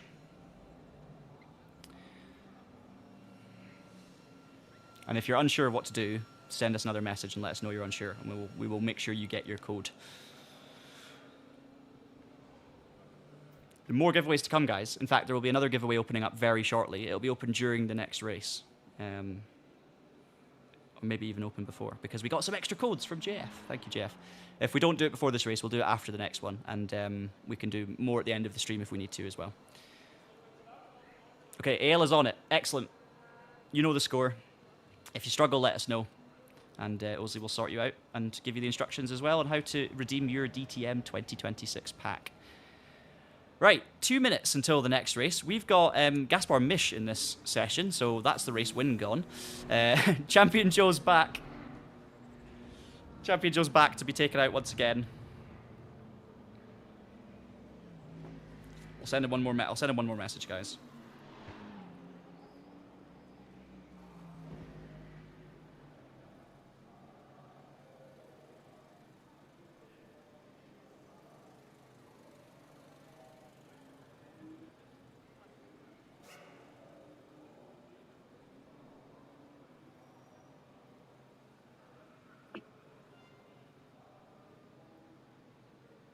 Right, Joe has a message. Are the new cars in older packs as well? I own the DTM 25 pack, so wondering if I'll get the Aston Martin and the Ford. I believe not, unfortunately. That's a good question, but no, I believe you do have to buy the new pack to get the cars. If you want to, though, like if you don't want to buy a full new pack, but you do, or obviously you can try and win the giveaway, but if you don't want to buy a full new pack, but you do want the new cars, you can also buy individual cars for less money than the whole pack. So do bear that in mind as well. So if you, for example, have DTM 25, you don't want to buy the pack because you don't need all the liveries, but you do fancy having to go in the Ford or the Aston or the Lamborghini. Just buy one of those individually for much cheaper on the RaceRoom store. And then you can, especially if you get one of the 2026 cars, you can then take part in the specific DTM 26 races. Of course, there are also just general DTM races and GT3 races too. So there you go. Let's get into this one. Ozzy, for the next giveaway, do you want to open it up during the race, or do you want to say wait till after the race? Because I did kind of go straight into this one. Let's do after the race. Perfect. Right, next giveaway after the race, and we will do after this race. We'll do a the first of our online racing packs, and then we'll do DTM 26 again. Bonus points if you spin. Sure. In the last race or in the practice session, I'll take it. Is this Oscar RH? Is this the Oscar H I know from back in the day, or is this a different Oscar? If it's not the Oscar I know, welcome along to the channel. Good to have you here. Thanks for commenting. If it's the same Oscar, long time no speak. I hope you're doing well. Okay, into the race. We're starting P13 out of 21, so a much bigger grid. It's going to be tougher. Fabian Roth's in this race as well in the front row, so lots of top-level drivers. Champion Joe's 9th on the grid, so I'm going to have to race against Champion Joe if I want to make progress as well. Oh, hey, it's Oscar. It's Oscar Hardwick. Amazing. Good to hear. Nice to see you as well. Yeah, it's been a long time. You are still the man that got me into R Factor back in the day from iRacing, because we used to race against each other in iRacing, and you were like, have you tried this thing called R Factor? And it was brilliant, so I still owe you a heck of a lot for that. But I hope you're doing good anyway. Good to hear. Right, chat is right in the middle as well of the screen, so unfortunately you're seeing all the chat. No, nothing hidden there. Okay, where do you think I'm going to finish then? 13th on the grid. I made more mistakes in practice in this car than I did in the Lambo.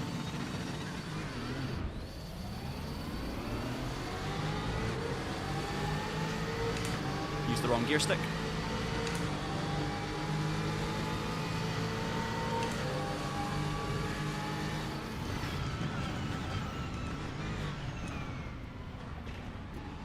Must not hit Champion Joe. Got a car down the inside.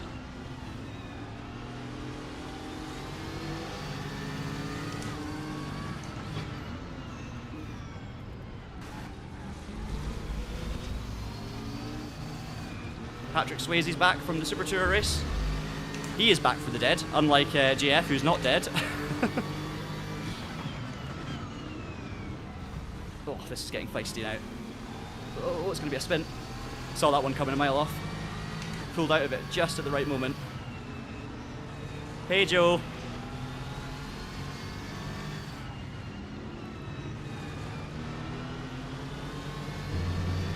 There is still going to be a giveaway. Plenty more giveaways to come. In fact, we have 4 more DLC codes to give away. 1 more for DTM 26, and we've also got 3 online starter packs for anyone who's new to RaceRoom. Another spinner up in front. Joe in the Mustang.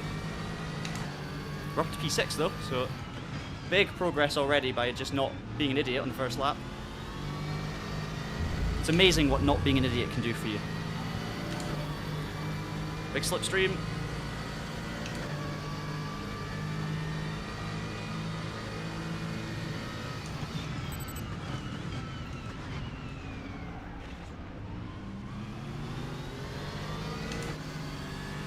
I go around the outside of Joe. I refused to make contact with him after what happened in the last race. I owe him that at least.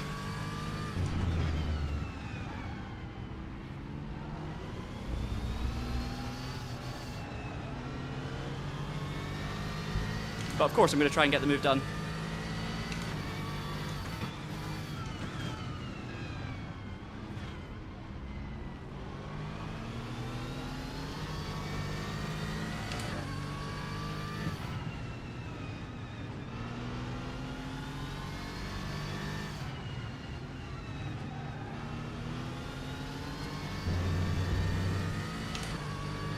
Twelve and a half minutes to go. I went a bit quiet there because I'm concentrating, but you can see what's happening. You don't need my commentary.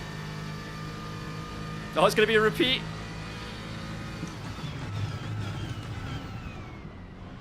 I'm not doing it, Joe. He knew.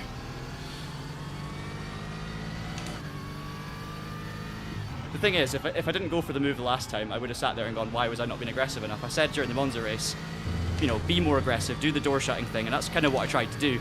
But it just, the way the curb was and everything, the positioning didn't work. Big slipstream.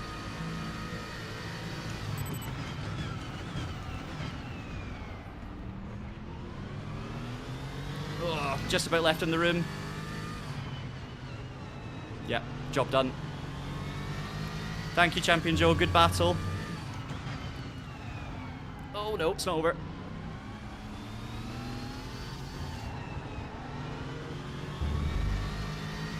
Okay, clean. P5.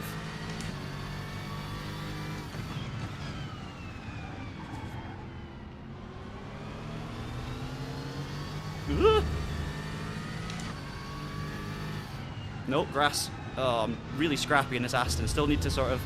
I'm actually, interestingly, finding it a little bit more challenging than the Lamborghini to get up to speed. I know the Lambo, the first few laps, I was dawdling around in practice mode. But yeah, I don't know. The Aston's actually pretty lively, let's say. Especially on turning.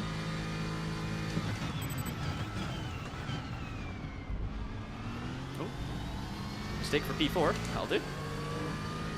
I was on for a 25 until that last chicane where I had to kind of back out on the exit. Oh, I'm still going to get my 20... I'm going to get my 25. Am I? Oh, look at that! 25.999. So I was 1,000 on the better side this time. That's brilliant. Obviously more in the tank as well, so potentially either I'm just getting better or the Aston is slightly better than the Lambo around here. I think it's probably that I'm doing more laps and getting more comfortable. I think there's a lot more time still. Another half second, I reckon, if I don't do what I've just done there and get that horribly wrong.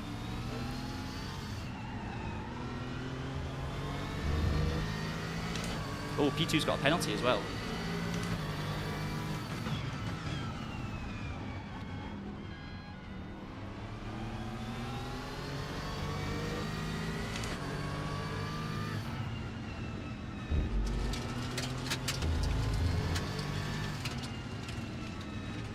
Running wide for Garcia. Good exit for me. This could be timed really well. Maybe I'm too far behind. We'll get another giveaway going after this race, guys.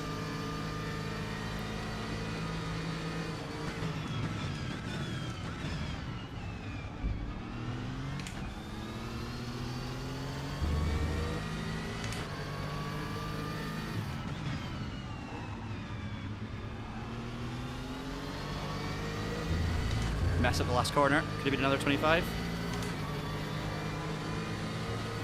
P1 and P2 are too far ahead, I think, even with 9 minutes to go. I think they're too fast, but let's just see.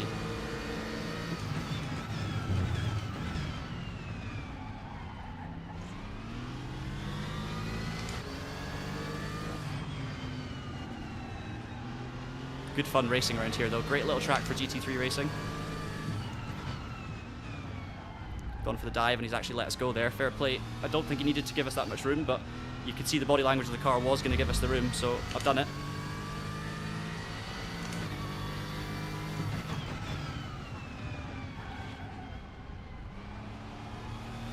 Lap time is much faster.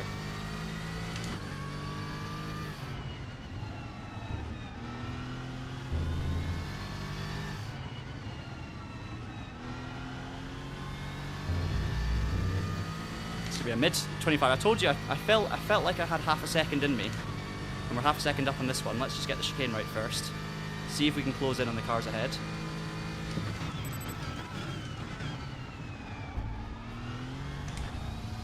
Bit sideways through there, but not bad.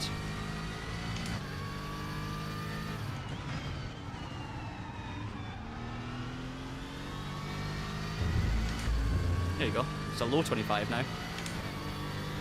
3.6 seconds off Louis May in P2.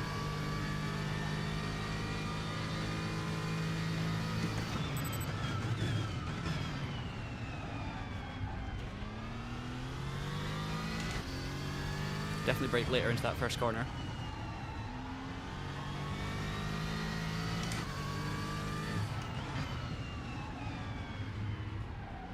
I think I can use more of the curb on the inside there as well, to be honest.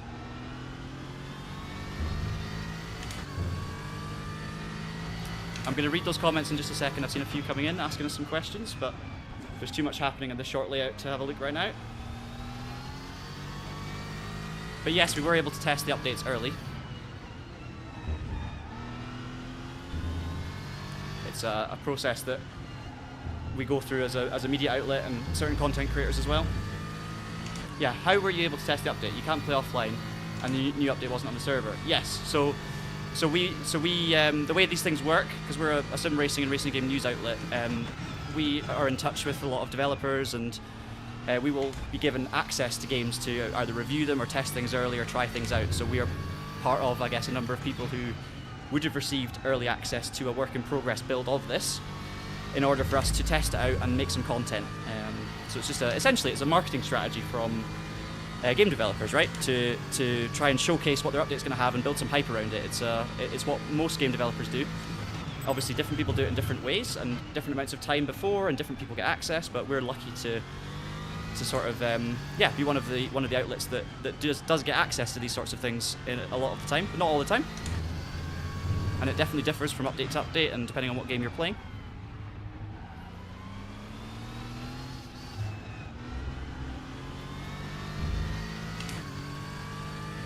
Hey, Adrena Lux here. Welcome back. Good to see you. Busy stream today. Everyone's here. It's great. Really, really enjoying having all your company. We are closing in on Louis May, but just not fast enough. 5.5 minutes to go.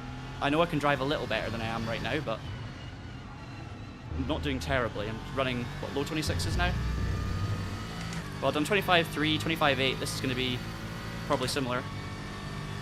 Just not enough to catch up with that Ford.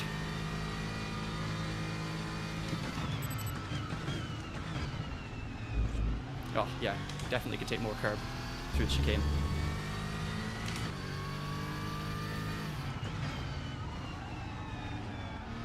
Right, I'll read more chat now that I get out of this last corner. Yes, so that's a good point, as Jeff says. So we had a kind of work in progress build, so it wasn't final.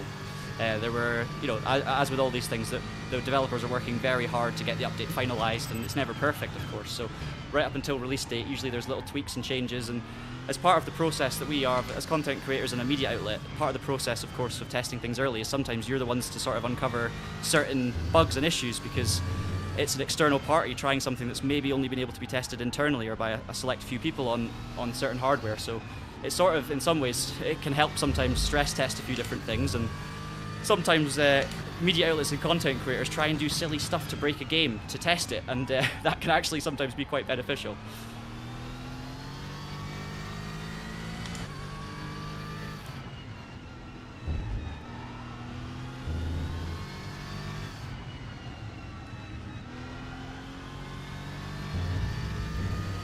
.6 seconds. Oh, we're basically matching each other here, guys. So Louis May is matching my speed. The leader's also matching speed, so all three of us are the same. So there's nothing that's going to really change unless a big mistake is made. Oh no. I was trying to actually use more of the inside curve, but I got locked up a little bit.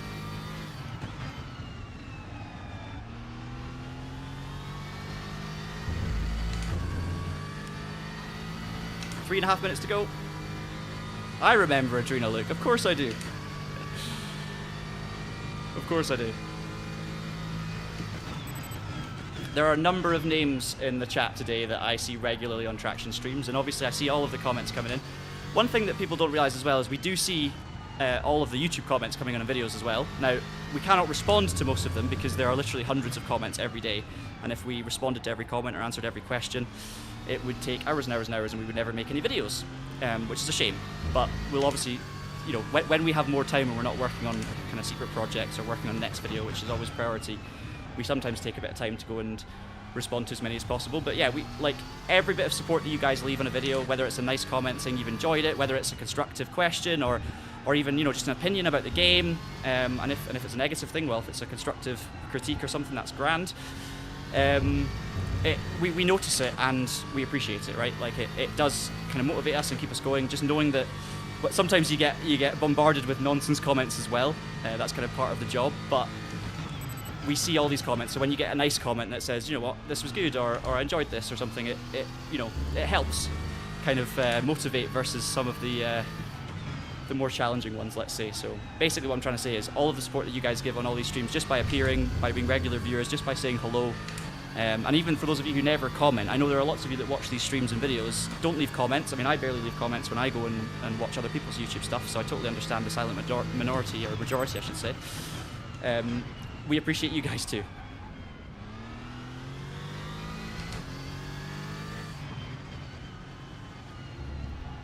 Right, I don't know if my tyres are just a bit too hot. You can see the front left at 99 degrees.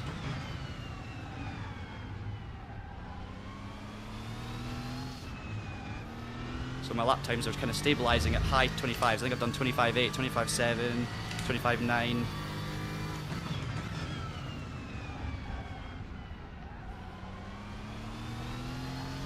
Still 3.6 off of second. First has actually increased the gap by 0.2. So yeah, if the three of us were in a battle right now, it would be epic, but we're all just too separated.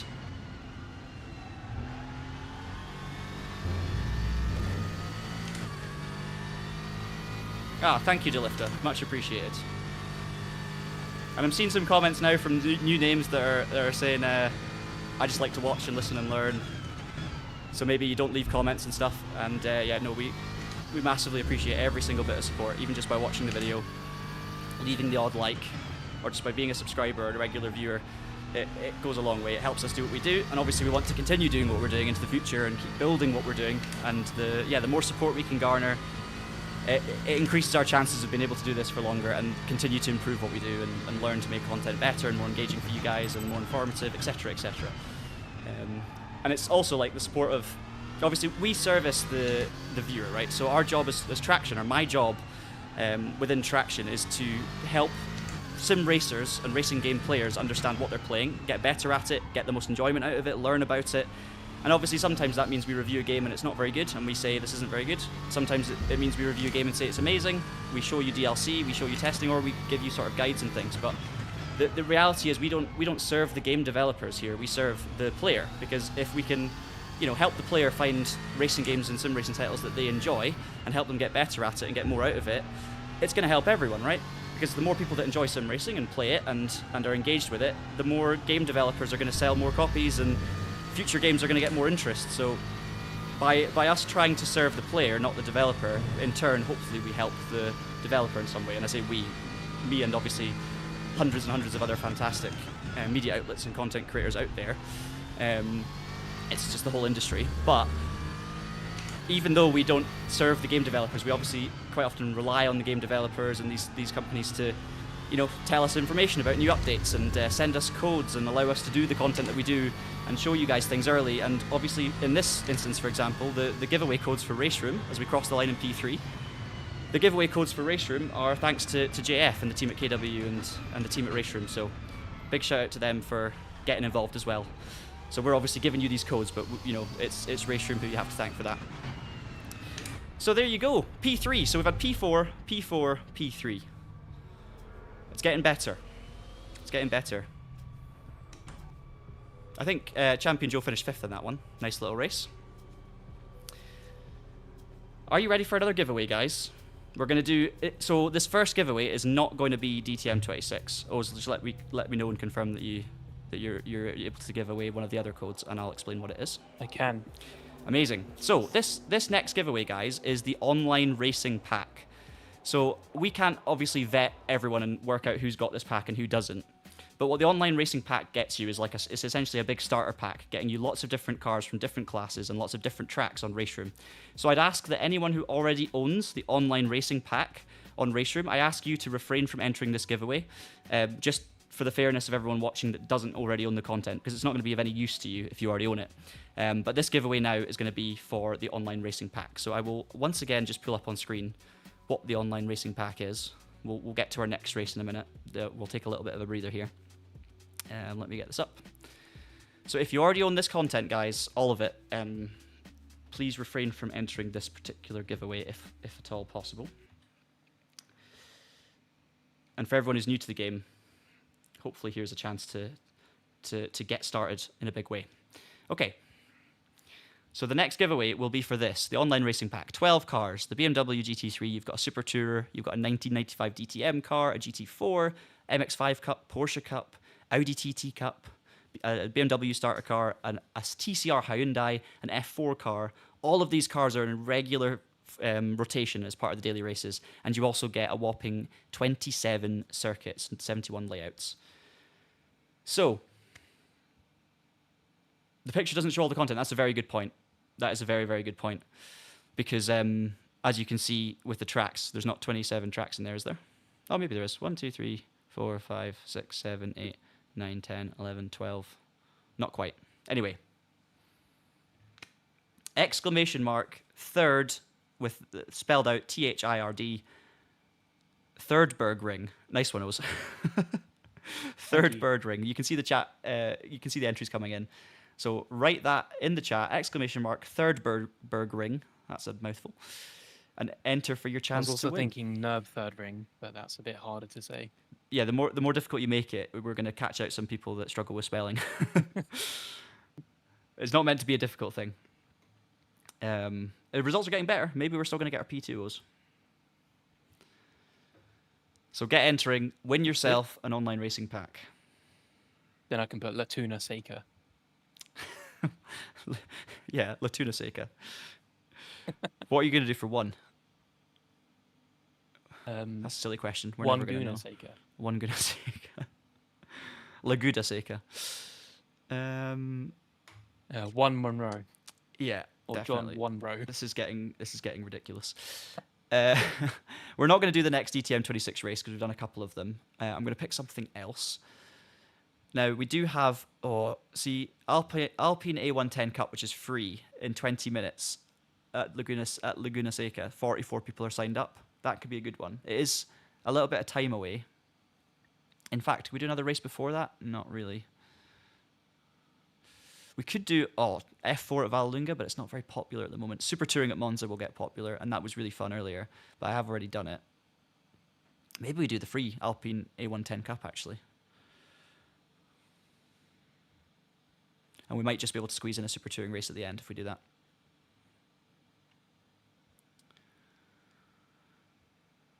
I think it's going to be fun, the A110 Cup. Should we do it? I think we should do it. Do I have to quit the game, JF, to get a hotfix, or is it's not gonna be pushed in time? Maybe it'll work for this combo. You know what? I'm gonna actually restart the game anyway because there's no harm. Yeah, you got time. We're gonna do the Alpine.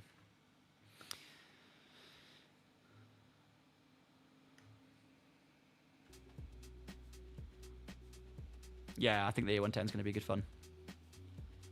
I did test that car for a video when it first launched, but I've not actually driven it since then. I've not done any online racing in it, so that could be fun. The winners, Maximilian, are announced very shortly, basically immediately after the giveaway closes. So get your entry in now, and the winner will be announced almost immediately. And once the name is announced, what we need the winner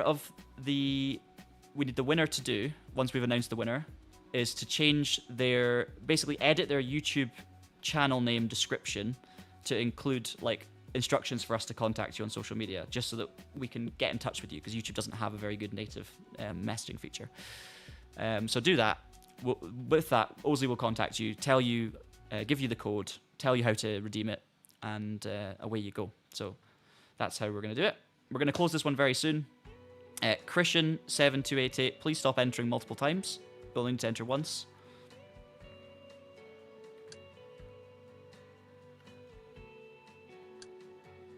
We're going to get signed up for the A110 Cup, and we'll do some qualifying laps.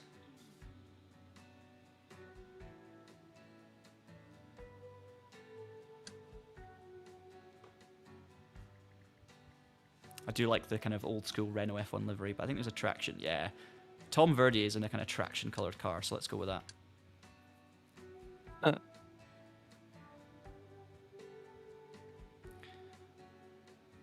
Right.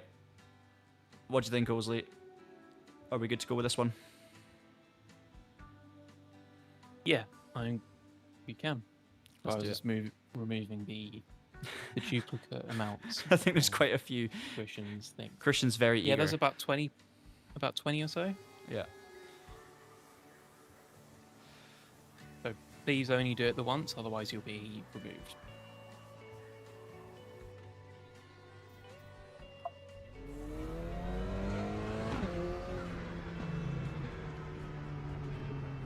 Right, I'm determined to win a race, and there's... Oh, hang on. It would help if the steering wheel worked. There we go. John O'Bacon 1262. John O'Bacon, congratulations on your win. My controls have all stopped working, which is excellent.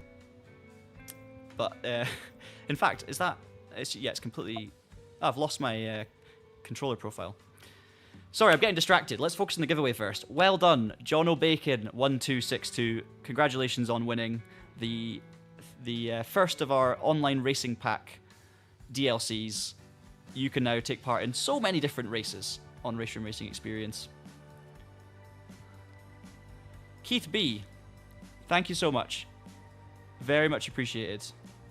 I did see the comment. I know it's gone now, but I saw the comment. Thank you. I don't know if that is if that's the Keith B that I know from back in the day. There's a few folk I know from back in the day that are appearing here, so let me know if it's my favourite commentator. And if not, welcome. There's your instructions, John O. Congratulations on winning. Pop in a way of contacting you if you have one, and if not, we'll work out something, email address, anything like that. We'll just a way that we can get in touch with you and go from there. JF, I don't know if you're still listening, but something I've noticed is I seem to lose my controller profiles when I reboot the game. So I actually need to kind of create that again now. I don't know if that's an update problem. Maybe, don't know if it's related to me having a different build kind of not deleted yet or uninstalled yet. I'm not sure, but I just thought I'd point it out if you're listening, and if not, I'll message you about it later anyway.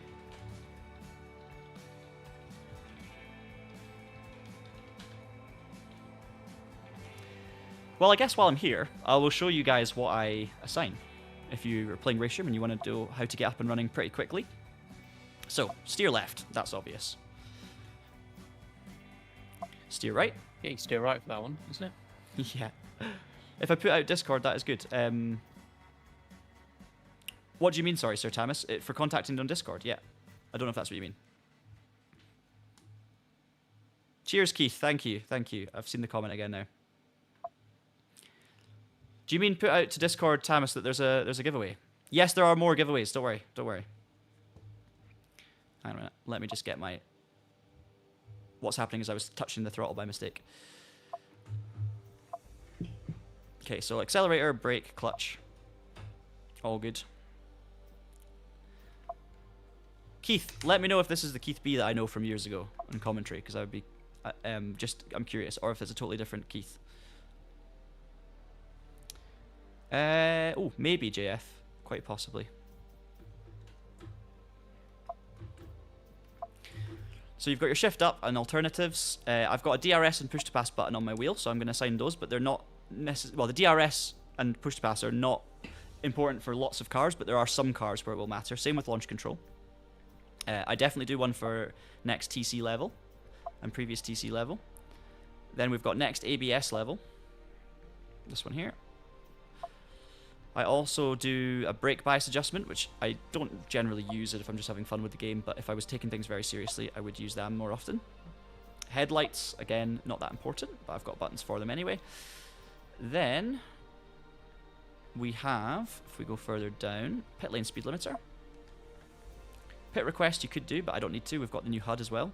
You've got your HUD element stuff, so this is one which... now it is new, so you want to assign buttons to this. So what you want to do is assign a button for your MFD select, your up and down buttons, and your left and right buttons. And that allows you to switch between like the relative timer, the standings, all of those kind of things. Then we've got an MFD toggle button and a toggle HUD. Now I don't actually know the difference between toggle HUD and MFD toggle, but they both do something. I just need to drive to remember which one's which. Anything else that's really important for now? Look left and look right. That's the other one. So look left and look right. If you hold both of those at the same time, you will look behind you, but I've got a button for that as well, just as a kind of safety measure. And I think that's kind of it. Just going to check my force feedback hasn't also reset. Aha, yes. The force feedback also defaults to being inverted as well, so that's something I need to find a way of saving this properly, because that's maybe just a glitch. But having to redo that every time is obviously not ideal, so hopefully that's something we can solve. Cool, that's it. Shall we try and do some qualifying laps? And Osley, you don't recall? Ah, awesome, amazing. So it's probably not you're not the Keith B that I'm thinking of from years ago, but welcome to the channel, and thank you so much for commenting, getting involved, and very much appreciated it. That you're enjoying the stream and watching through. Osley, can we do our final DTM 2026 prize now? Or do you want to do a second? Yes, we can. While we've got everyone here, you could also do a second one of the online racing pack. Yeah, I can just re-roll it. Alright. We're going to do a second prize, that. guys, for everyone who's just entered. I don't know if you can reopen it for a little bit, or if we just can re-roll it immediately. Yeah, I can re-roll it immediately. Cool, let's do that then.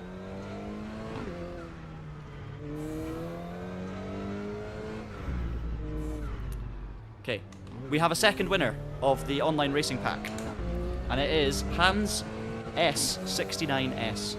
Exclamation mark. Congratulations, Hans. You have also won the online racing pack to get you up and running on RaceRoom in a bunch of daily races. Meanwhile, I'm going to try and get stuck into this A110. But looking at the leaderboard, there's some very fast names that have already set times, so I'm not going to get anywhere near Beneke, Keithley, Ottaviani, Jovski, Filipao, Wisniewski, Page, and Drace. All of these drivers are in DTM esports, or if not, at the very highest level of RaceRoom and Global Sim Racing.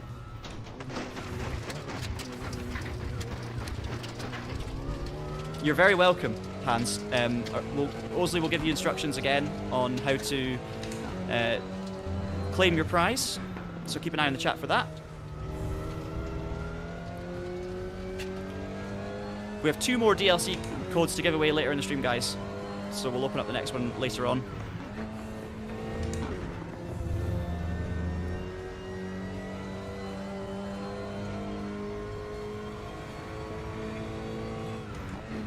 I can't remember when this race is actually scheduled to start, which is maybe I should have checked, but it was 25 minutes when I first joined it, and then I rebooted the game and then did my controls, so it's probably like 10 or 15 minutes away now.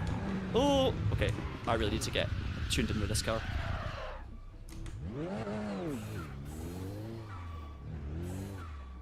seem to have ABS and traction control, but I've been trying to turn it off. Oh. Ah. Okay. Let's turn off traction control. That's more like it. This car I think doesn't need any, but let's see.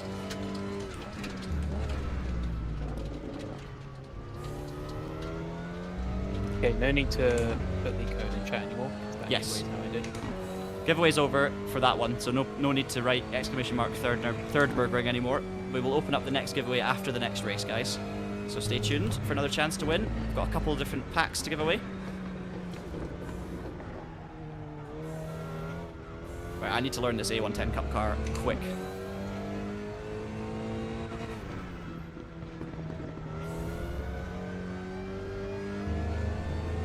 TC5, alright, that's good advice. So, for anyone who's maybe new to RaceRoom, RaceRoom has 6 TC settings for each car. 1 is maximum and 6 is minimum. We'll try 5. Well, I kind of, you know what, I'm going to try 6 just to see if I can get used to it. See if it's too skittish or if it's okay. I will hear your advice though, that's a good word of warning.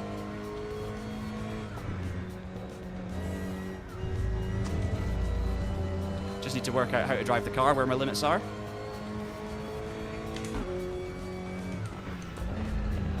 Do I have ABS in this? Yeah, I do have ABS as well, okay. So I can be more aggressive under braking for sure.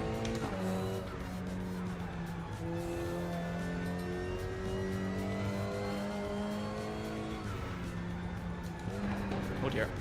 Ooh, it is fixed setup as well, so you can change electronics, but you can't change the actual kind of regular car setup, let's say.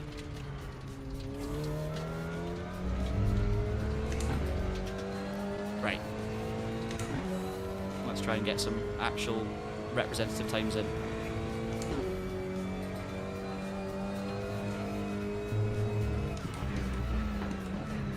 So braking too early for the first corner, that's good to know.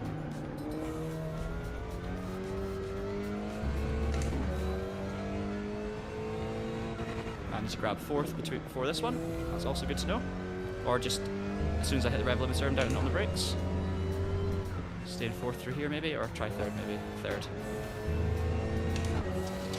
Just going to talk you through my process of learning the combo as it happens, so apologies if I'm just nattering away to myself, but at least you kind of have an idea of what's going on in that strange brain of mine. The car doesn't have much downforce, you're relying a lot on mechanical grip.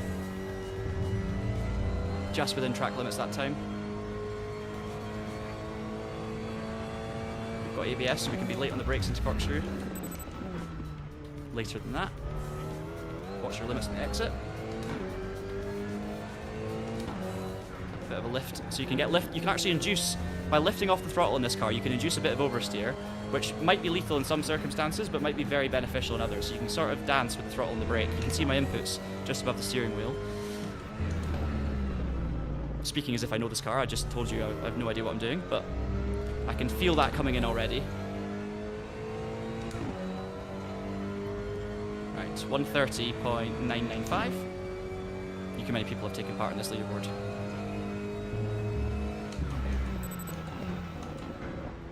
Still, wow, the brakes are incredible in this thing. Still too early into turn 1. I don't think I've ever braked that late into turn 1 at Laguna Seca. I need to apply that to the rest of the lap too. And look how popular these leaderboards are now, because of course this is not brand new content, this is free existing content from the last update.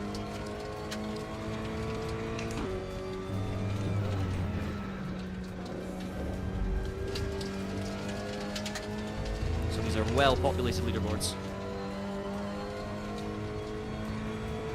I don't think these are all qualifying times for this particular daily race. It's just this combo, this particular combination.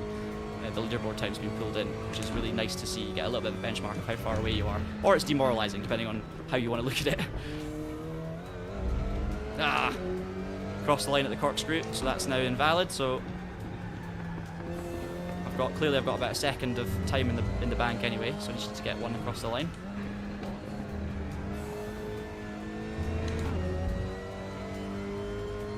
Yeah, the cuts are a little bit more strict, I'd say, in this game than quite a few others.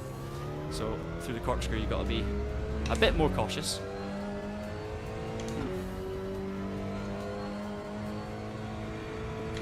you do get used to, yeah, the track limits being consistent is the main thing. You just got to kind of get used to them.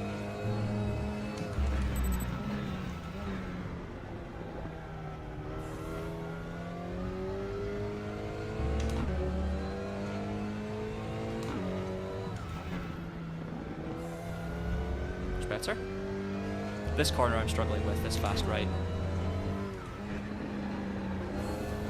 Could just carry a bit more speed. If I get the line right, that was too safe, but we made it through safely. Too safe, but made it through safely. There you go.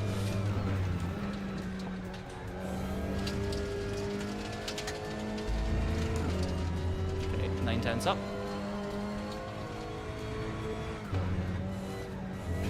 What a gun. No, too wide. Knew that was coming, that's fine. So I think we're breaking below the 130 now if we get to the end of the lap safely. I did push my luck there. So here we want to be a bit tighter. Just make sure we don't cross that line. Don't want to run out too wide through this bit to let the camber work against you. Try and keep it a little bit tight. Same with this one. You actually don't want to turn in too late because you will miss the banking and it makes a massive difference to your lap time if you don't quite get hooked up in the curb on the inside. I can brake later for the last corner for sure.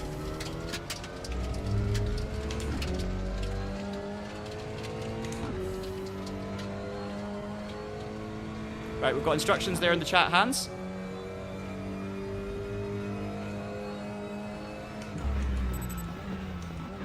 We'll come up with a solution. Even if we can't get you through this, we'll get sorted.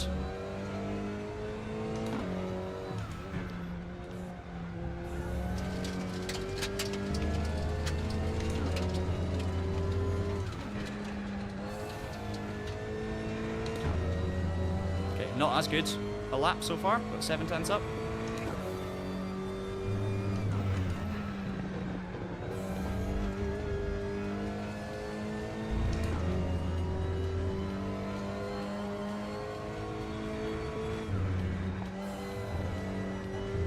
Still in the white lines, yeah, just within track limits.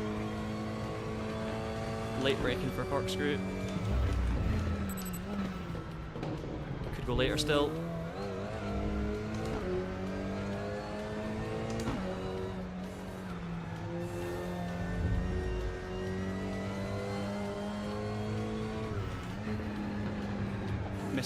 Missing that curb. Good couple of tenths gone there. Oh, horrible last corner. Tried to brake later, missed my turn in, but it's going to be valid and faster, so it's going to be a 129.5. So up to 83rd. Big jump in the standings.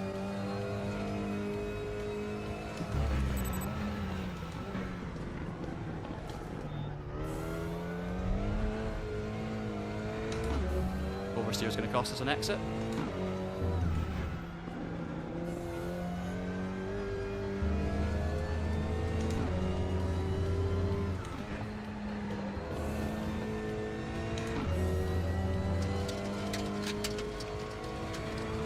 We'll have to leave quite soon to join the race.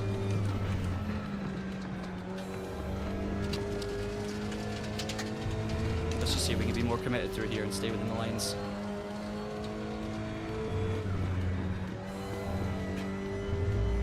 Yeah, just over the lines. Let's just keep going. We'll do one more lap.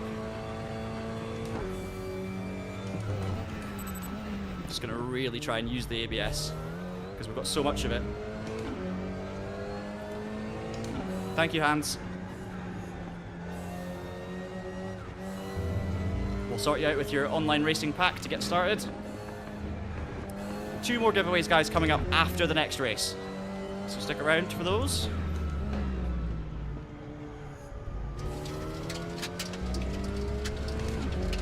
So,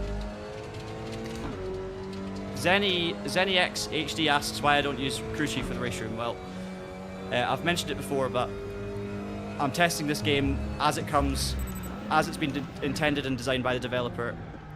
And obviously, one of the big parts of this update at the moment with race room is a new HUD, which is basically giving you a lot of features that crew chief would give you in the first place. So we're just testing the kind of original base game of race room. But you can, of course, use third-party software like crew chief to get all the information you want and yeah, Use it to your heart's content, of course. Right, a couple of tenths up. Let's try not mess this lap up. Nice through there. 3 tenths up.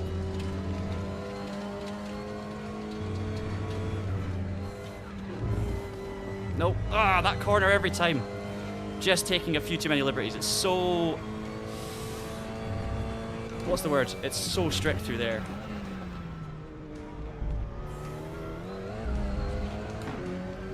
Maybe I've got another 3 tenths in me here.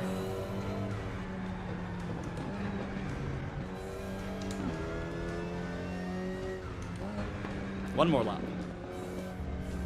The wheel I'm using right now, so a wheel base that you can't see is the SimCube 3 Pro. At the moment, we've got a review on the channel. And the steering wheel is the Hoisink-Veld 1, which we will have a review on the channel. Not quite yet. Been testing it for a long time now. And it's brilliant. I'm looking forward to getting that out to you guys.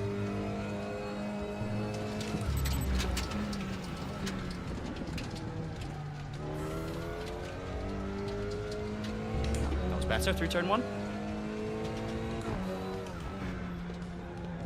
You can see I'm just dancing with the brake and the throttle to get this car turned now. I'm starting to learn the feeling for it. Too wide. But still a couple of tenths up.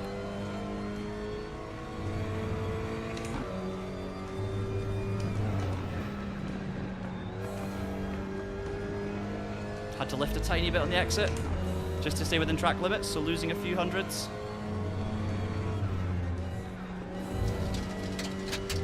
Yeah, again, too safe there because of the new worries about track limits, so we'll brake really late into the corkscrew.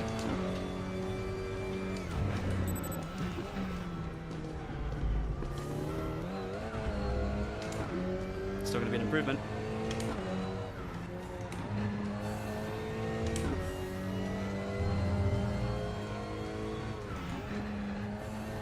Yes, got the angle I needed, almost.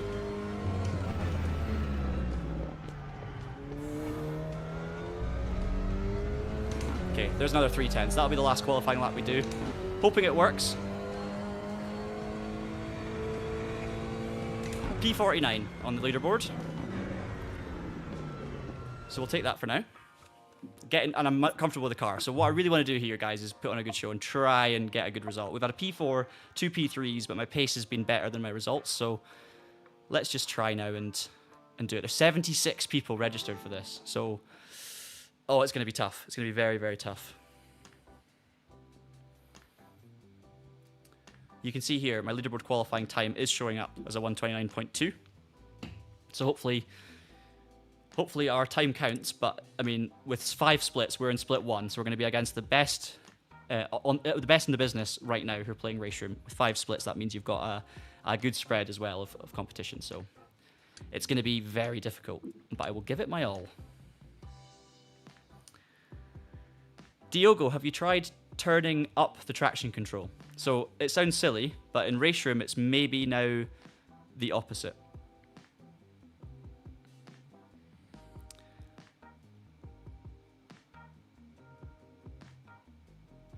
Exactly. So essentially, Diogo, try setting your traction control to 6, which is the maximum, and that actually gives you the minimum traction control. So it's the opposite. And some of them have, like, you also might have stability control on, which can make a big difference as well.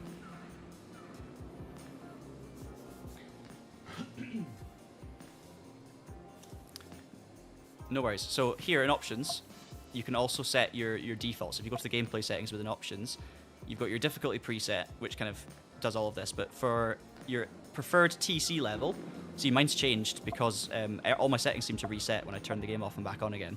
But the higher you go on this number, the lower your traction control is. So I run 6 on the Alpine there, and it was great. ABS somewhere in the middle, so 3. So that traction control now, set to 6, means I have no traction control, and that's what I enjoy with this car. You've also got this option here, stability control. So make sure traction control for a start is set to factory. You can't see it right now because I'm in a locked session. But in the when you're in the main menu, you can adjust these. And make sure your stability control is turned off. That makes a huge difference on RaceRoom. I actually did a video covering that. We did an ultimate beginner's guide to sim racing a while ago. A few years ago now, I think. And in that ultimate beginner's guide, I did a video all about racing assists and what differences they actually make, and RaceRoom we used quite a lot for that because it can demonstrate it quite clearly.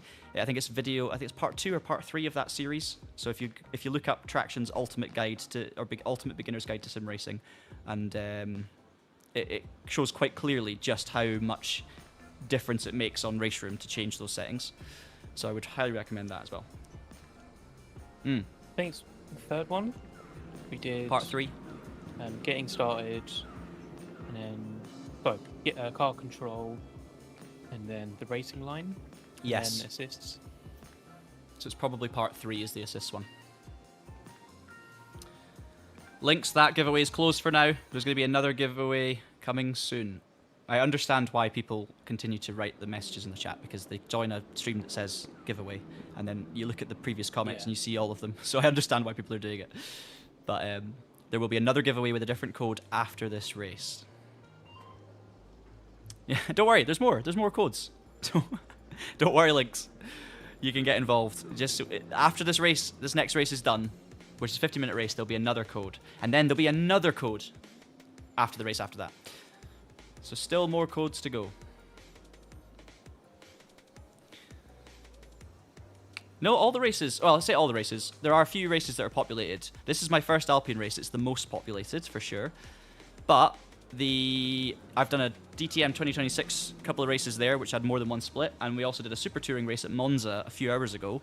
And that had a full grid as well. It was a couple of splits, I think. So, yeah, it's been good. All the races are, not all of them, but most of them are filled.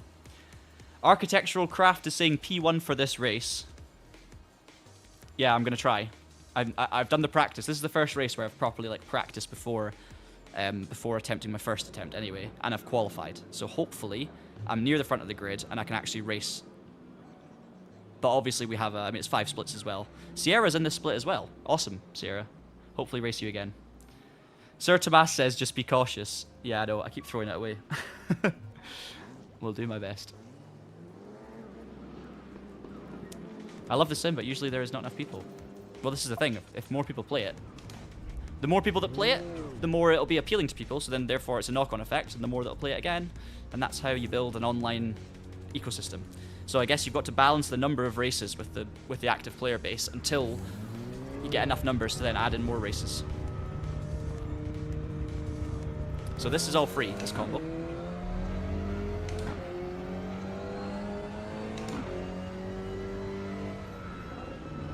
The reason also, guys, I've got my relative screen up there at the top is because of my face. Face cam's blocking. But you can see there the new relative screen. So you can see where I am on track. I've got Giuliano Diaz 1.3 seconds behind. I've got my traction control working, yes.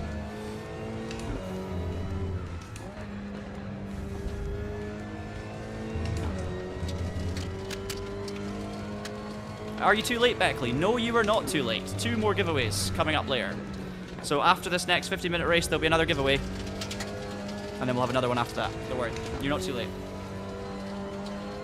Enjoy some Alpine chaos in the interim.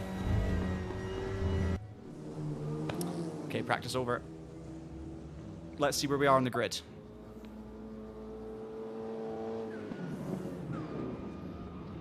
Surviving on the free lobbies is already a win. Yeah, it makes sense. The free lobbies are the busiest. That's always the case, because that's where people can jump in and try something, right? That makes sense. Oh, we're on pole. We're on pole in split 1. No pressure. Do I want this to be a boring race? Maybe. Maybe. I really want to win. Like I said to you before, I'm determined to actually get a result that my pace can do. Let's see.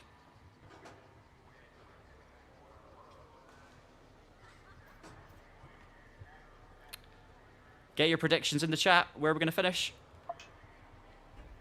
We've had a fourth, and a third so far.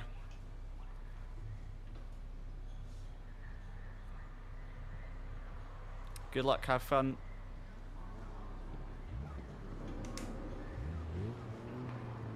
Right, can we get off the line well? No traction control, so we can do a proper start. I don't know how to get these things off the line well, though. Okay, they bogged down. Excellent. At least we know. P3 got a scorching start.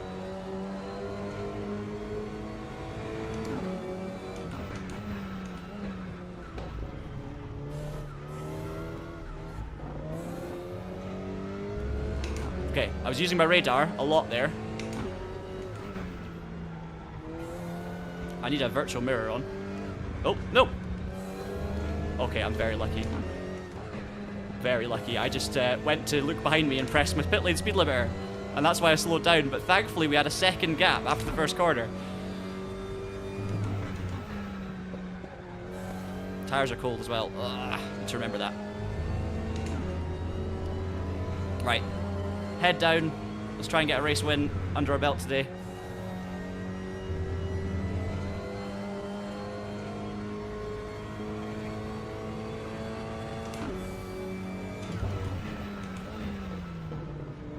Not ideal line under braking for the corkscrew, but first lap is what's going to get through. You need to straight line the braking zone. It's a very difficult braking zone in terms of the angle and the ump. So because you come over the crest and then go down the hill, it's so easy to lock up the brakes into the corkscrew. So you've sort of got to straight line it as much as possible, but then by straight lining it, you sort of arrive at the corner not from a kind of wide sweeping line, you're sort of stuck on the inside. So it's not the most ideal approach angle, but you need to do that to brake in a straight line. So that's why corkscrew is such a weird corner. That's why it's so difficult to overtake there normally. Right, I've got a second in hand. Let's do a qualifying lap now.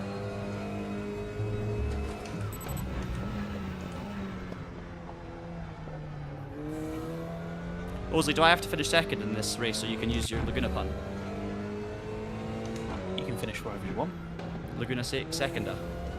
Or was it Latuna?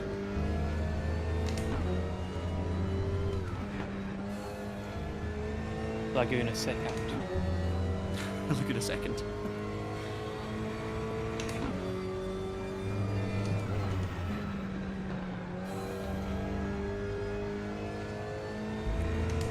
Bit of a lead.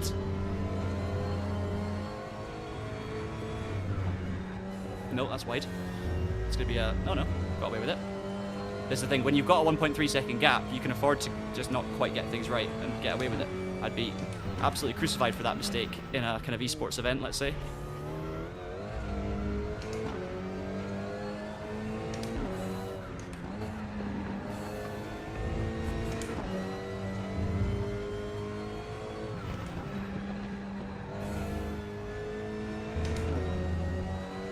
P2's also got a penalty, I see. I hope that's not me anyway that's got the penalty. I can see at the top left.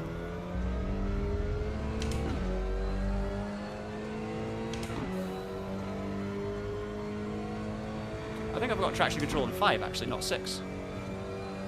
Yeah, I had it on 5. Oops.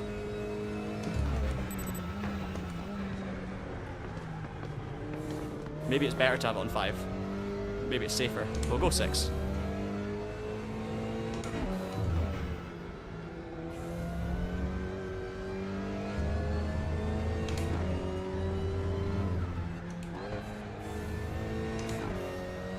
Using all the road. Just squeezing out that gap now to Gonzalez. There's no penalties now showing up on the HUD for anyone.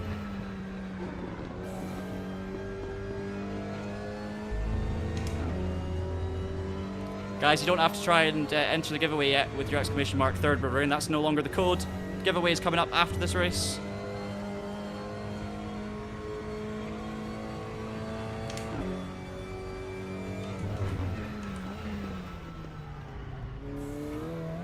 So much time to be gained in the corkscrew for fastest lap kind of running. I think through here as well. And definitely through this right-hander. I haven't got it right once yet. I just feel like I need to get the curb on the inside. But I just feel like I'm going so slow around it compared to what I'm used to. And maybe it's because this car just doesn't have the aero compared to most cars I race around Laguna Seca. But no, we're clear now. 10 minutes to go still. We've got to keep the head down. But we are just easing away at the front.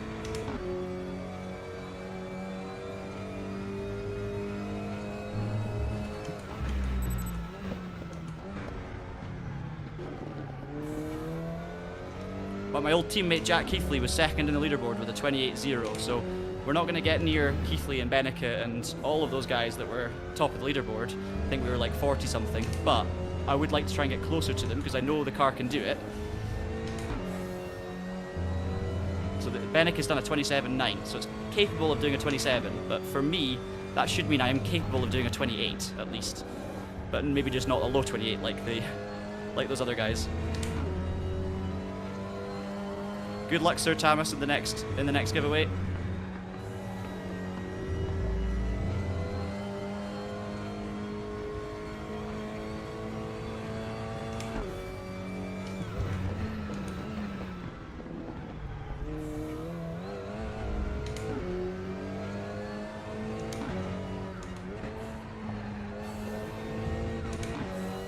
Bouncing off the rev limiter in third. Oh, I suck through there.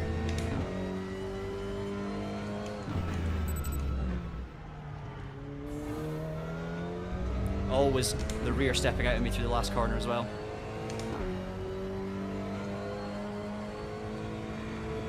Alright, 29.5. Got some work to do.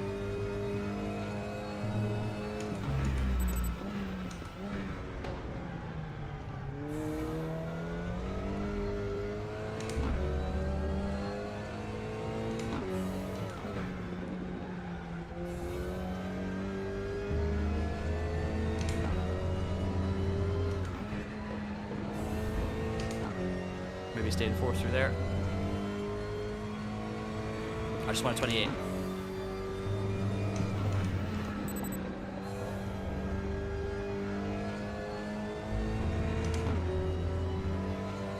Needs to be legal as well. Nope, that's terrible. Got away with it.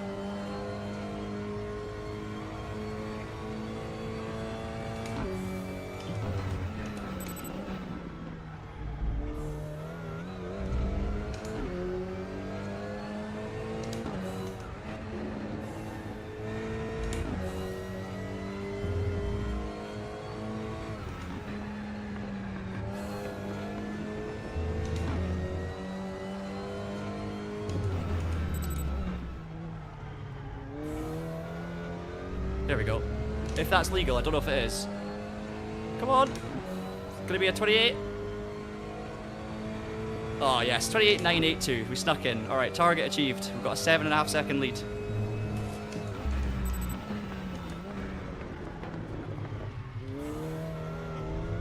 Oofed. That lap's gone. So the two more giveaways that we've got coming up, guys, we've got one for the new DTM 2026 pack, and we will have a second giveaway as well after the race after this one for your online racing pack, which is essentially for people who are new to RaceRoom and gets you a bunch of different cars from different categories to take part in so many different daily races as well, and really you can work out from there to then, you know, commit more to the sim or to leave it at that, but it will give you access to so many races.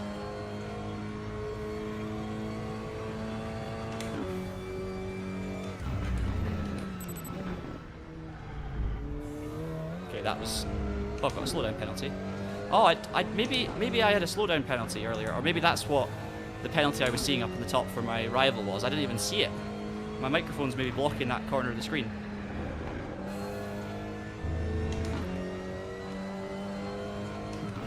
Yeah, I need to work out why I don't have mirrors. Maybe I've turned it off by accident.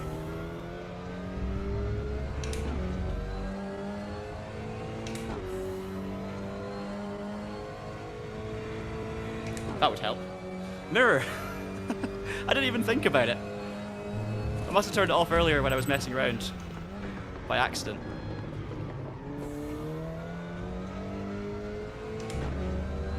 I'm glad I looked at the chat because I didn't even register that this was a bit silly that I didn't have a virtual mirror on. I was just relying on looking behind the whole time. Oops.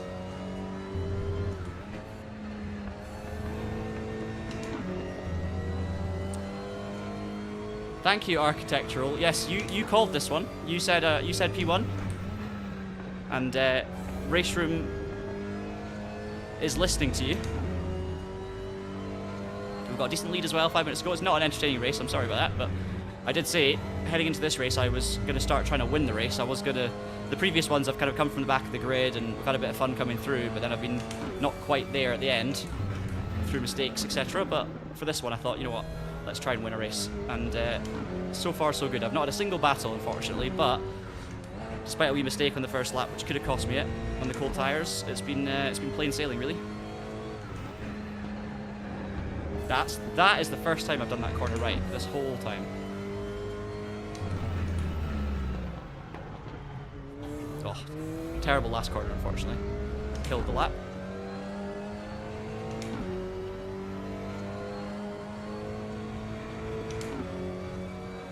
Alright, come on. Need to try and do a faster 28. So trail brake in here, get off the brake to get the rear of the car turning, then on the throttle to drive it out of the corner, but I was a bit scrappy, so 2/10's gone. Let's try 4th gear through this right. Don't think it's going to work, but we're going to try it anyway to experiment, because we're 2/10's down anyway. Yeah, not quite. I didn't get the line right. Thank you, Architect, I will try my best. Someone has said I'm new here, is this good? Never played this, sorry, is this good? Is RaceRoom good? Short answer, yes. If you are, I mean, RaceRoom is a, let's just put it down in the category of must try if you're into sim racing at all or you any interest. So this is a PC only software. It's free to play, free to download. You just pay for content. So you do get some content for free, not a huge amount relative to what's available. I've just gone off over the track limits there. So you can download the game for free and try it out, see if you like the feel of it with the base game stuff, and then you can decide from there whether to commit to DLC packs or cars and tracks that you like. And obviously by entering the giveaway, because it's a free to enter game, if you enter the giveaway that we're going to open up after this race, there's a chance to pick up some content straight away.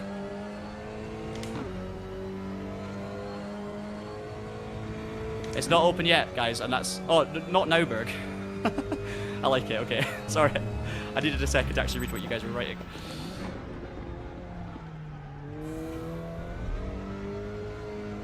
That was a bit better through turn 1. Kept it a bit tighter. Nice. That was good.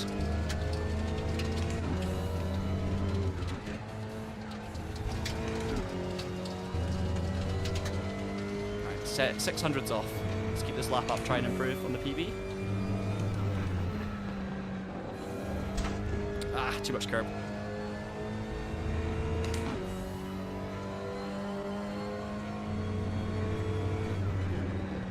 Too wide. Nope. That's me lost the race win. No! I had such a big lead. No.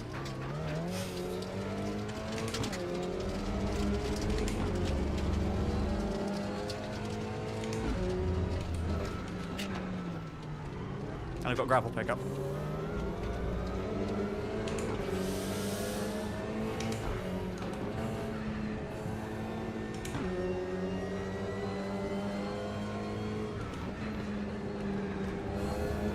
Anyway.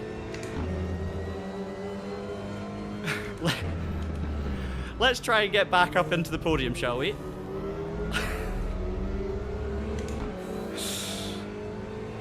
I mean, we're finally getting to witness some A110 battling, so let's go with that. I think this is the last lap now as well, so I've got the tyres back in check. Let's just see if I can get anywhere near these guys again. I think we have the pace based on our race position up until that point, and they are battling.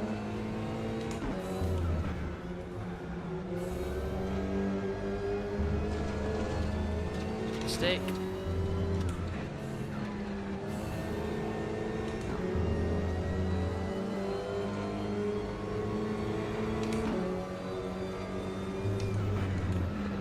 Got a blinking car, which I think has just made contact with the other one.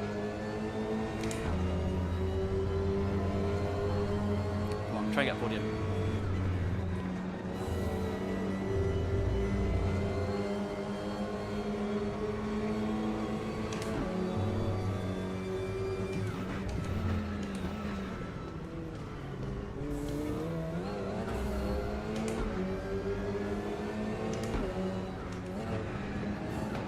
I think a disqualification's just happened.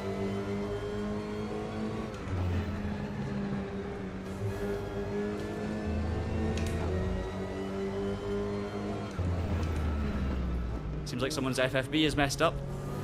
Try inverting it if you're watching the stream. It might just need inverted. Oh, it's going to be... Well, it says P3, actually. Surely it's P4. Or was it a lapped car? I mean, it's saying P3, so we got a podium. Should I have won that race? Maybe. Just as always, a little bit complacent. Trying to go for fastest lap. Oh dear. I just wanted to win. I just wanted to win.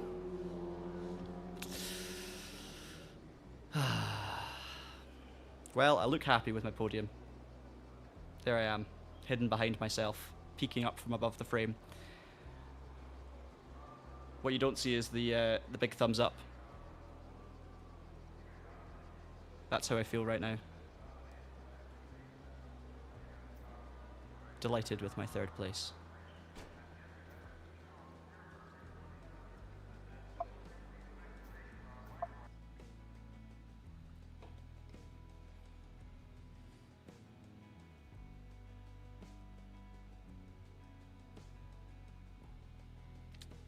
Should we do a giveaway? Well done on your win, Zedix. Well done. Sierra was in that race as well in split 1. I don't know where you finished, Sierra, but I think you were top 6. Hey, it's all for fun. We've missed the Super Touring race at Monza. That's a shame. Oh, do we do... We've got 12 minutes till the Nürburgring DTM 24 race. Sorry, you guys haven't seen this. We've missed registration. I thought we'd get in time, but we've just missed it for the Super Tourer race. So we could do DTM 26 and try and win there. I think maybe that's what we should do. There is a Nordschleife NLS race, but it's too late, I think, and it's too long. So we are going to go with DTM 26 at the Nürburgring Sprint again, because we know it. And let's try and win. Let's try and win. It's very competitive, we know that. Let's go for the... We've done the Aston Martin, so we know it's fast, but let's go the Mustang, because that's the other new car from this update, and you guys haven't seen that yet. So we're going to register the Mustang, we're going to do some laps, and we're going to win a race. Exclamation mark. Thank you, RaceRoom, for the next one. And Osley, is this a DTM 26 code? No. Is this the online ones? Okay, perfect. So, guys, enter this giveaway if you want to win the online racing pack, which is 91% discounted if you buy it at £21 or £25. So to give you some context, if that's, if it's a 91% discount to buy this pack instead of buying things individually, and it's £25, that means you're getting £250 worth of individual content, or something close to that anyway, because you're talking about a 90% saving for it to be £25. So essentially what I'm saying is you can get over £200 worth of content. You can either buy it really cheaply in a pack for £25, or you can win it in this giveaway. So there you go. Yeah, I'll re-roll it if you get it, Sierra. Yeah, cheers, Sierra. No, sorry, we didn't clarify that before the giveaway went up. It's all good. I really appreciate you guys for the honesty there. So what we'll do is we'll keep on going with this, but if the person who wins already has the pack, then just let us know and we'll re-roll. Really appreciate all your honesty in the chat, guys. Thank you. Because there's no benefit, of course, to winning it twice anyway.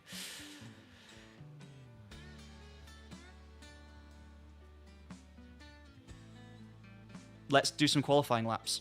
I don't know if it's going to count, but we're going to try. And we'll go Finn Wiebelhaus. We'll go Finn Wiebelhaus's Mustang.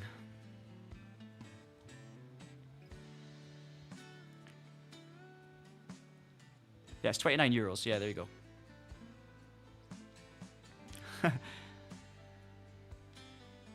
Yeah, don't worry. If someone who's already got the pack wins, we will re-roll. Don't worry. This is for the online racing pack. So someone who doesn't have it will win it. We'll make sure.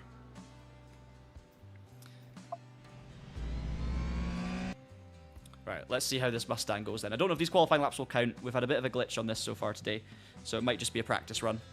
And then I just need to get through to the front as quick as possible. But let's just see. Let's just see.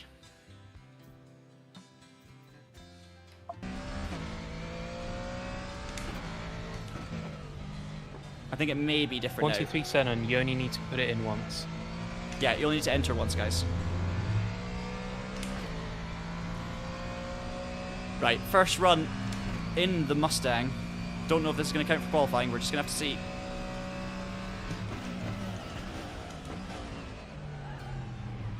Also don't know what traction control I'm running. It was on 6, so I had no traction control, so that's fixed.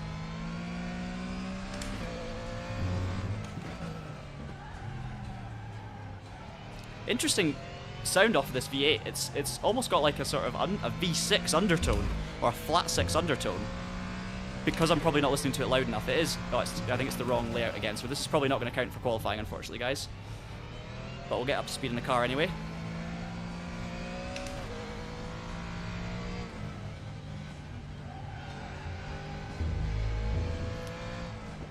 Just to check, Osley, is it we'll just leave it. I was going to say can we actually give away the other code instead if the winner, but it doesn't. We've already said now, so let's just stick with that. Oh, we've given away the DTM codes, right? I think we've still got one more DTM code to give away. No, there was only 3 of them. Oh, I thought we'd only done 2 of them, because I think we gave away 2 of the online racing pack on the last one, and we'd only done 2 DTM ones before that. No, so I think we've got 1 of each. No, I did 3 DTM and 1 online. Ah, okay. I didn't realise. Yeah.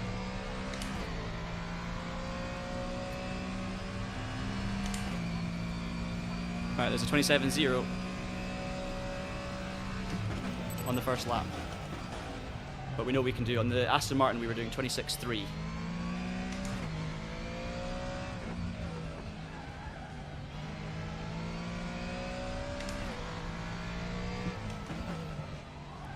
The Mustang immediately, I would say, feels more, actually more forgiving than the Aston Martin on the default setup around here. It still slides and, you know, still a lot of movement here, but it is a slightly easier car to drive out of the box. Also probably helped by the fact that I have that race under my belt in the Aston. And it's a similar sort of layout with the front engine.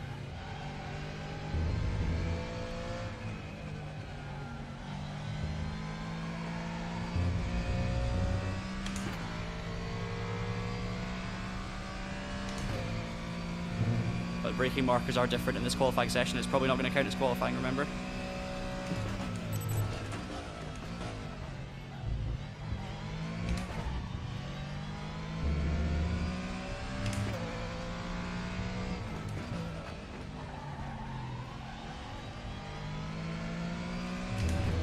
This is going to be way faster.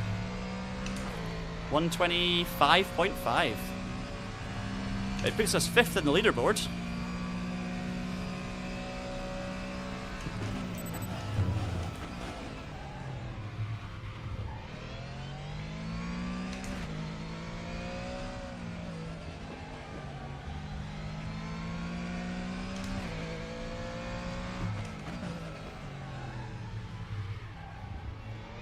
Too much oversteer there. Okay, we're up to speed in the Mustang. It feels very comfortable around here.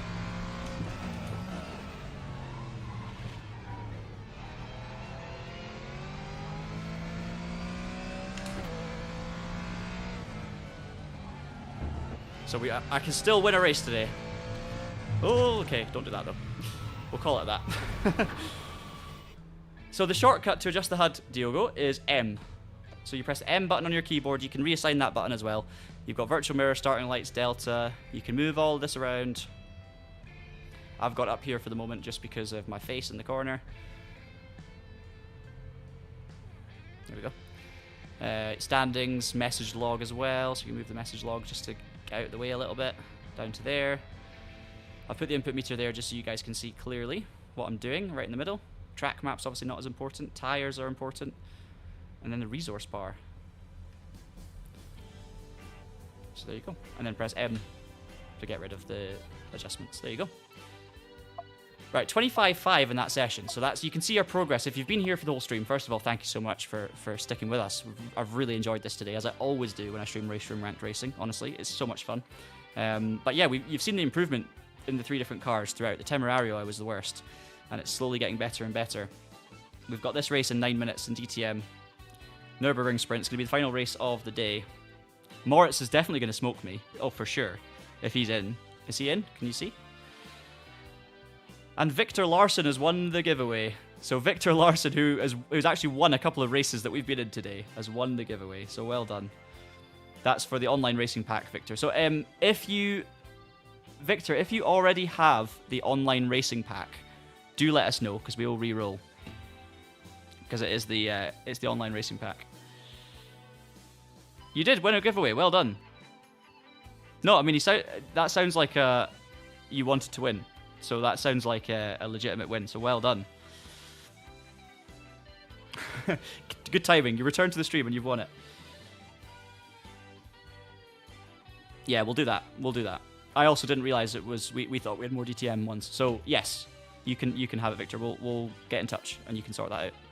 Thank you very much. Okie dokie. Who's in this race? Did someone say Moritz is in the race? We do have. Look, our leaderboard qualifying showing up. 125.5. We've still got 9 minutes, so I can actually go in and try and improve that. If we're up against Moritz Lerner, which I mean, if we are, yeah, we're not going to win.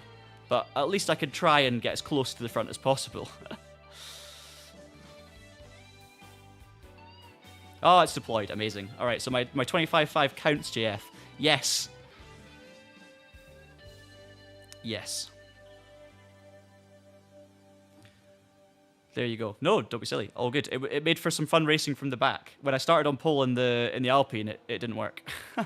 So I crashed. As you predicted, I stuffed it in the wall. So I think it was better to be further back. So if Moritz is in this race, he's done a 24.5. Obviously, Moritz is a pro esports driver for Mouse. I used to race against Moritz in TC1. I'm going to claim this, right? I have won a race, a proper esports race against Moritz Lerner. I think Moritz was in it anyway, on RaceRoom over a decade ago. So Moritz was probably a 10-year-old child, and no, I used to race in the TC1 Championship, which was back in 2015. It was the official esports championship for the World Touring Cars. That is, hang on a minute, as I'm telling you about a win as I'm spinning off because I'm rubbish. Let's fix that for this car. We'll go 4. Yeah, I used to race in the TC1, which was part of Touring Pro Series. It was the official esports championship of the World Touring Cars, so it was front-wheel drive touring cars, which I'm normally rubbish in. And I was quite rubbish that season, but I did actually win the opening race at the Nürburgring. I think it was this layout. So that is my claim to... and I think Moritz was in that series. I'm not 100% sure. So if we're talking about previous 1v1 me versus Moritz on this track, even though he is 50 times better as a sim racer, and he's just an amazing guy and he's the best, and he's way faster than me and he's way better than me, I think I've got 100% win rate around this circuit. That's actually not even true because there were 3 races and I only won one of them. I was rubbish in the other 2 races.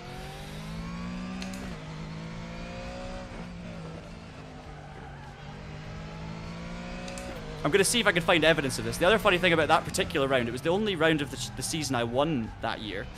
And it was the only race I won. And the broadcast had a problem, and it was a 3-race weekend. So it was the first race of the day. There was 3 races. And the broadcast failed. It didn't get started. So actually, when I won my race, it wasn't broadcast.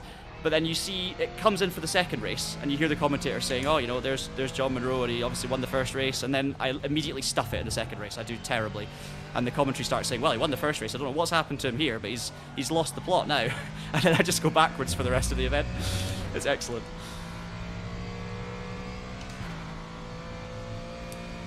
Victor is on a 24.5 in this qualifying session. So that's what we're going to be chasing. I'm on a 25.5, so I've got a second to find. Probably more aggression through the chicane required.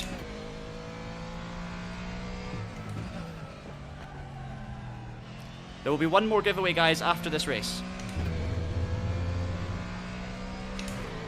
Hey, Gers, welcome.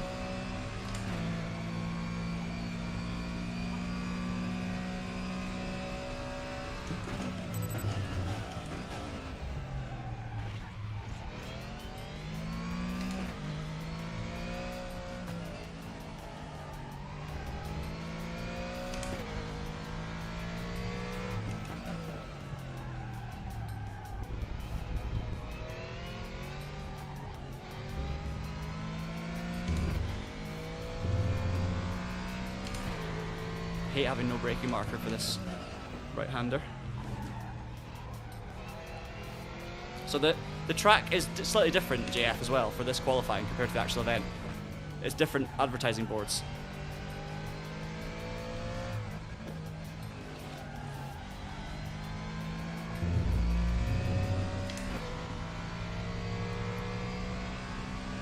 Okay, I need to cut more of this chicane to go faster.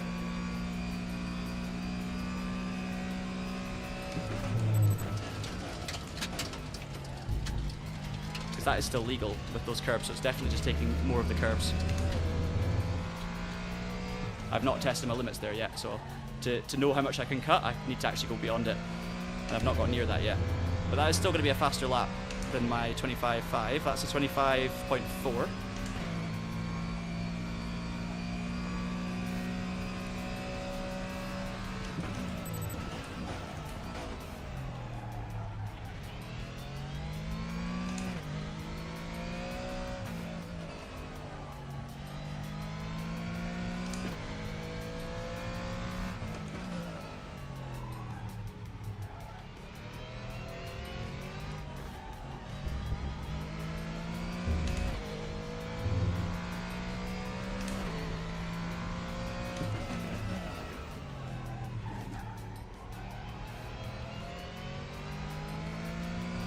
Lost so much time from just being a bit wider through that corner, which is interesting.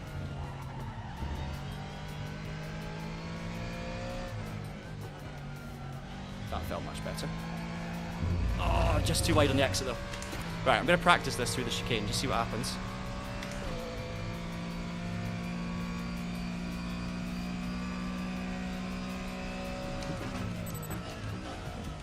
So if I go either side of the sausage, oh, we can't even see. It's that second one as well.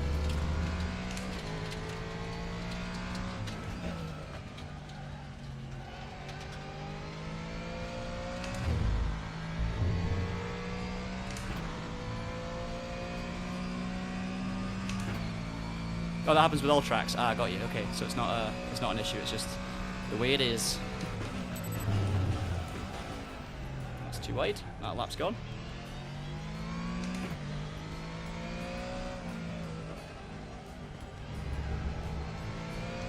2 tenths down already. Anyway, I think we're more prepared for the race. We'll hopefully be near the front of the grid with the hotfix. Obviously, we'll be in the top split, so we're not going to be right at the front of the grid if Larson or Roth or Lerner, but we're 5th on the leaderboard, so basically only those 4 can be ahead of us on the grid. So we'll just see who turns up. And I've definitely not got that sort of pace in me. I've probably got a 25.3. Probably got a low 25 if I really get my act together. Maybe like on a perfect lap we get into the 24s, but not 24.5. Without some serious work and some brake bias adjustments, some traction control adjustments, some ABS adjustments, and grinding for far too long. But I think, yeah, that's okay. That's finally too far on that corner. That's what I wanted to test. All right, we're getting ready for the race. There will be one more giveaway after this one, guys. Oh, friends also got it. Ah, no worries. Thank you for that, Victor. Really appreciate it. We have a new winner. Nice. So, Middle Agent 009, you have won the online racing pack. Let us know in the chat if you're still here, and we will get you sorted with that. And if you already have that pack, the online racing pack, let us know, and we will re-roll it again until we find someone who doesn't already have it.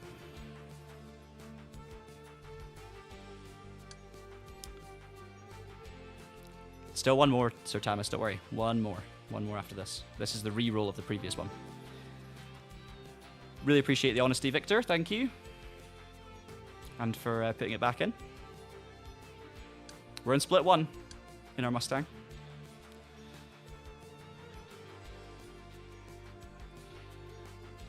So, Middle Agent 009, are you still here? Let us know in the chat. We'll give you the time. Are the track changes noticeable in, say, Monza, says Stiggy Wiggy? Noticeable is they're noticeable if you know what to look for. I think it's obviously if you go and compare them directly back to back, you'll start to see the differences. I think they're more noticeable, in my opinion, on the Nürburgring than they are at Monza, because Monza, nothing's changed other than the track looks more weathered. So So there you go. So it's like for Monza, it's just a little bit like it doesn't really change much. It just makes it feel a bit more authentic, I reckon, and just a little bit more weathered. I don't think I didn't notice it as much at Monza. I struggled to sort of pick out the differences unless I was looking at them side by side. The Nordschleife is actually similar because, I mean, at the end of the day, you're driving through at high speed. You're not really able to pay attention to where the curbs start and end, but it is obviously authentic. It reflects the track in its current state. There are certain barriers that are closer to the walls, and there are like differences in the road surface and texture. So you'll see like the graffiti's gone, it's been painted over, or it's been resurfaced, or whatever it might be. So there you can definitely see it there. And in the car park as well, the 2026 version has its kind of new buildings. It's got a Hyundai N building in the right-hand side corner. It's got one of the buildings is removed. One of the white buildings is now a red building. It just brings it up to spec. It won't make a difference to your experience. It just means that RaceRoom is up to spec. So there you go. We have in this server Victor Larson back for more. Excellent stuff. I think Champion Joe's back as well. One more chance, Astro. One more chance, don't worry. Yeah, I think we'll have to re-roll this one as well, because it's been 3 minutes since they haven't... Cool. We'll give him one more minute. So... We'll give him one more minute. So Mido Agent 009, if you're with us, please write a message in the chat now, and you can get your thing, because we actually need to get through to you to be able to give you the prize. So if you're not here, we won't be able to give it to you, unfortunately. And then we will re-roll, if not.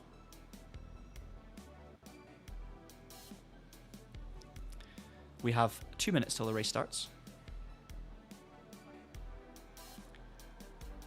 Hopefully, Victor, we can have a race. I don't see how you're doing a 24.5. That's crazy. But I'm going to try my best to follow you and learn from you. And I'll probably crash it again. It's fine. It's fine. So the giveaway is the online racing pack now. So we've done a few DTM 2026 packs. We're now onto the online racing pack, which gets you a little bit of everything. Many, many cars, many tracks, 27 tracks. I think it's like 19 or 18 cars or something crazy. It is a shame that Faf are quitting him, so you're right. I know. And they just got started with the Temerario as well. All right, Oz, I think we need to re-roll this one. We've not heard, unfortunately, from our winner. And another John. Hey, second John winner. John Wenger, you've won the giveaway. John Wenger. Wenger? Arsene Wenger? Wenger? Maybe it's John Wenger. Either way, let us know if you're here, John, in the YouTube chat. Because you have won the online racing pack, which is on sale. Here either. Well, let's give him a minute. On sale for £29. If you tag them on the chat, it usually goes up there actually in there. Yeah, John's here. John's here. We're good. He is here. Well That's done. Weird. You weren't showing up for some reason before. Anyway, congratulations. You have won the online racing pack on RaceRoom. Yeah, apparently it's good luck if you call yourself John. That's not biased from us, I promise. Also, all of you that are called John, your name's spelled incorrectly. Just want to let you know.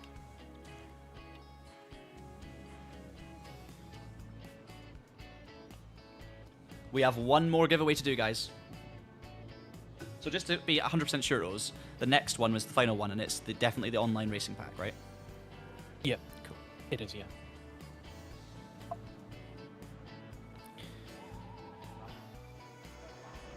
Okay, as I thought, we're on the front row with Larson, but we've also got Roar there as well, who I think is very fast in third. And of course, Sierra still watching the stream, is in ninth.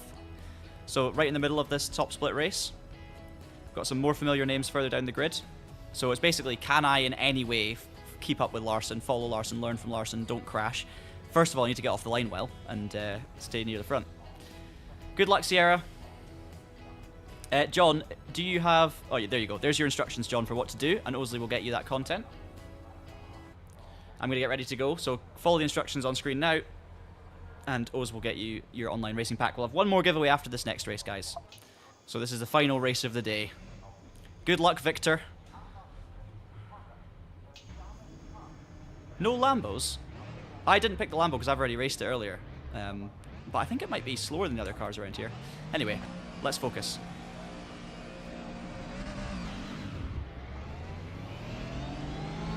Not a great start for me. Bit of bogged down. I should turn the traction control down. Slash up. Thank you for the lift.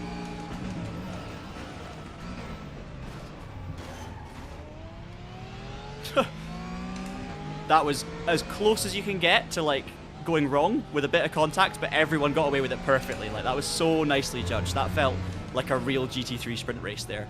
Like just some nudging from some very quick drivers, but not enough that pushed me into Larson, so we didn't crash, which was great. Right, now I need to get head down, guys. I'm a second behind, so I need to fully focus here. Cold tires, of course.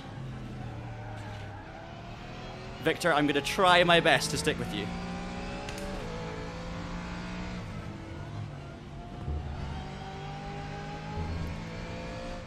But apparently you're as quick as Moritz Lerner, so that's not looking good for me.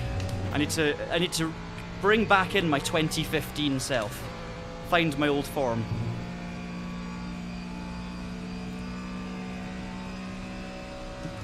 Oh no, it's the other board because it changed. Oh no. Ah, wow. Lucky to get away with that. I did that thing again because it changed for qualifying to the race. The 100 board is not the 100 board. And I've gone for the 100 board.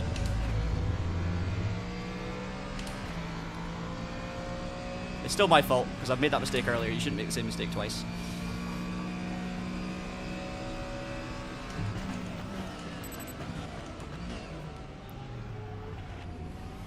Oh, well done BMW. I couldn't see my braking marker.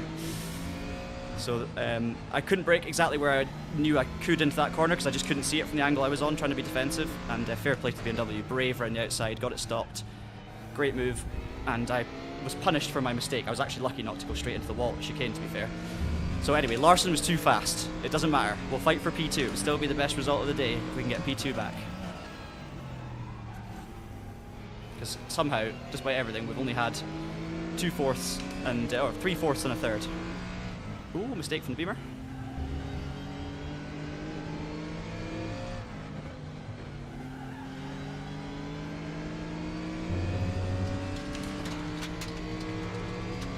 Still one more code, yeah.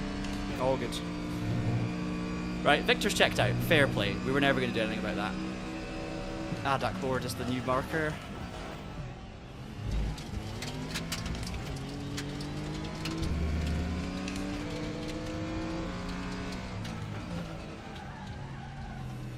So we've got Kimi Zhu up ahead. I'm not sure if Zhu is the correct pronunciation, but we're gonna go with Kimi Zhu. Or Zhu Kimi, I think it is, because they're Chinese.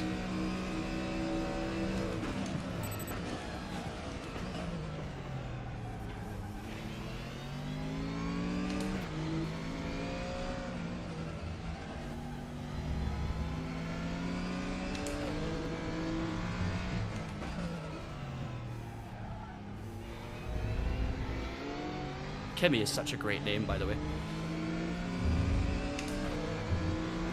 What a great motorsport name to give someone.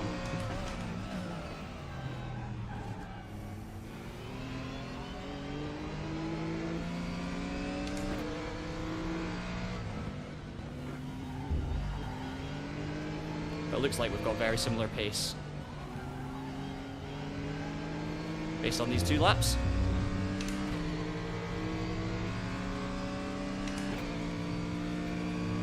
Life insurance.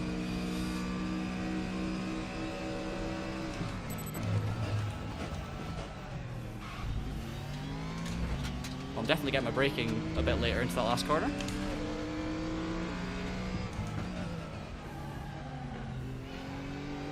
Too late on the brakes into that one though. We've got our 25 in race trim, 25.6. And Larson is 5 seconds up the road, so incredible. Just 24, 24, 24 for Larson.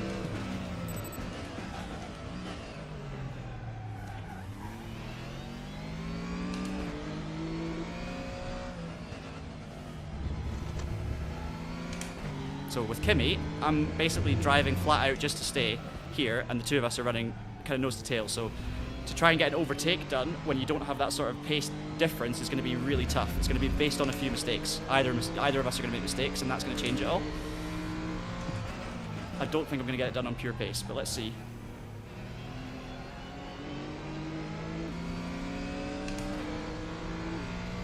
I don't run as wide as that BMW through there. I'm scared of the grass because I've touched it too many times. And I'm probably giving away a little bit there, but it means that I won't have that snap at any point. Look at my front left. 100 degrees. Complaining at me. I'm later on the brakes into the chicane. That's the one thing I can learn, and I can get it stopped.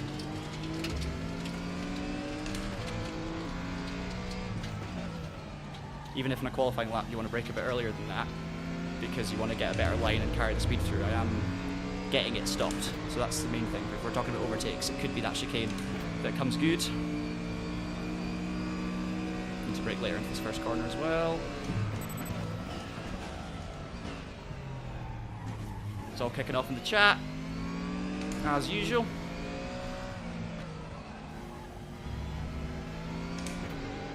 Victor, if you could give me some lessons, that would be fantastic. If you could give all of us some lessons, actually.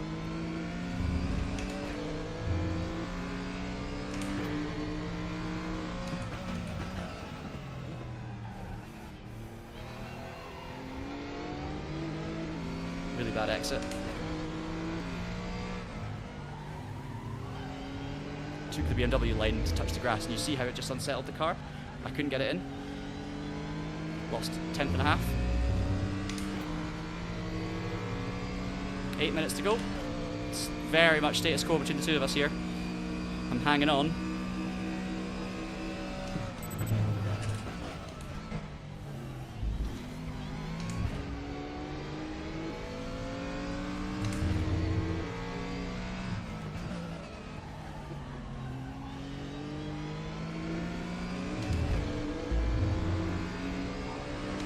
Alright, 25.4. Yeah, 100 degrees for me, Larson. Are you 100 as well?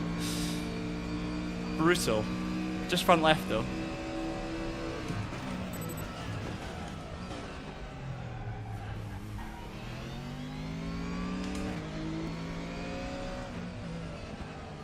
I hope you're finding it the same as me, or you're laughing at how bad mine is. It's one of the two.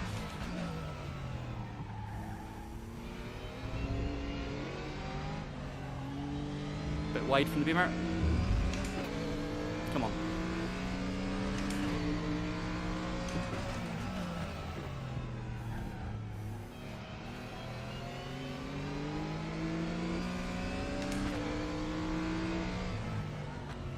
Woo!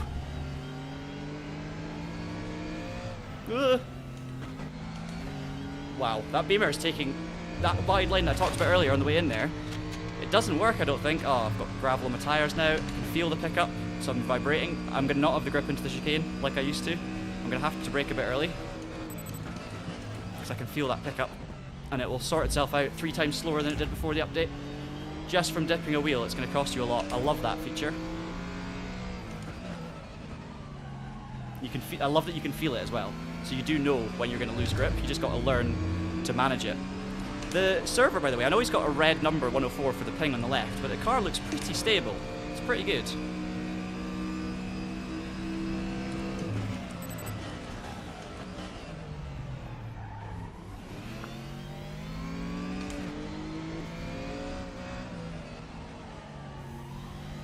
Come on.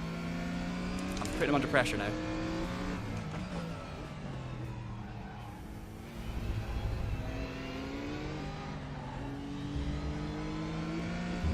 Totally different line to me through this section, and it seems like we're both pretty similar through it, even though the lines are very different.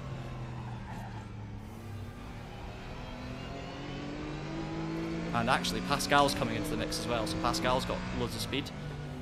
Very different lines in there, as I keep saying.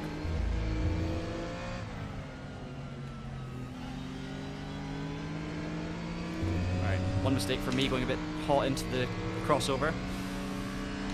But still 5 tenths between us.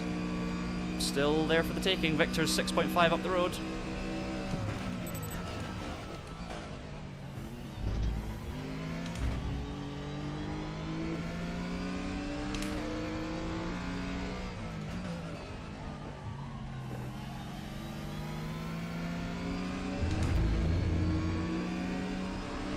Come on. 3 tenths. Oh, it's stressful. All the pressure. I'm applying as much as possible.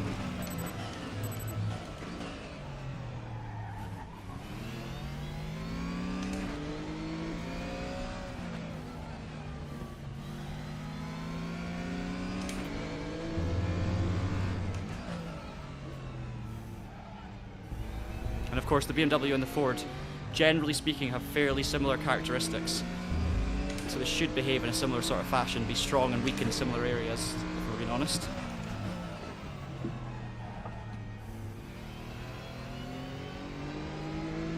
We're doing consistent 25s as well, so it's been the best race so far.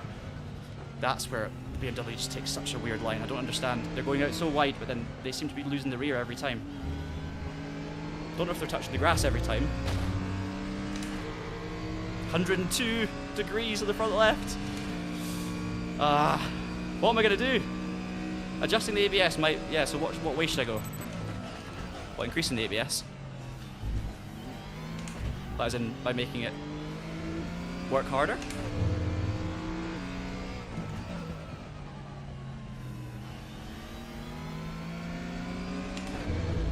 I think it's okay. Still one more code. Yeah, Patrick. Thanks, guys. Still in the 25s.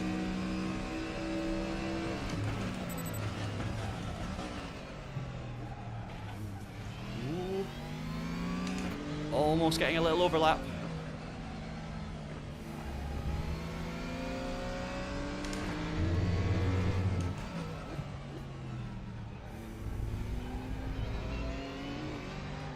Oh, this time the BMW gets the apex. There must be, the thing is, we're both doing very different things and we're coming out about the same, so we must both be compromised. I think we're both losing time. I think there's definitely a middle ground to be found. I'm probably being a bit too safe and focusing too much on the exits because they're getting away with not doing that as much, but they seem to be going too far the other way. So I'm sure between the two of us, there's a good lap time in there and a good driver. We just need to sort of combine our methods. We need my sort of apex hunting and exit focus with the commitment of Kimi up in front, and then I think we might make a good driver. Maybe then we could have a think about Larson.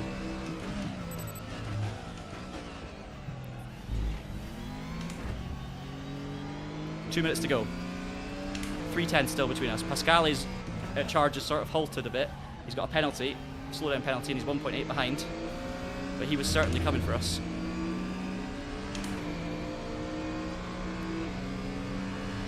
Yes, exactly.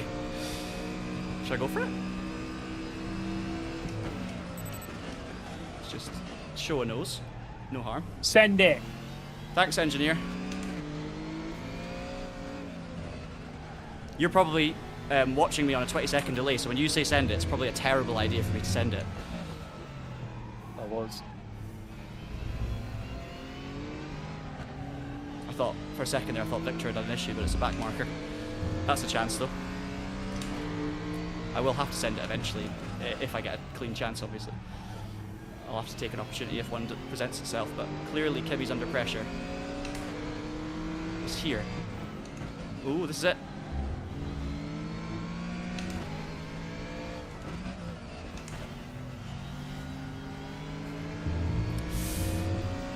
As you were.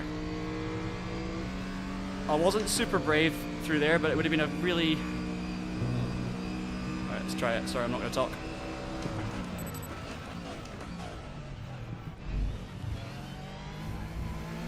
Yes, come on! Where's that Beamer's acceleration come from?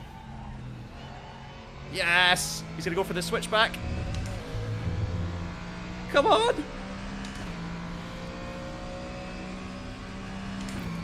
Gonna have to defend the inside here.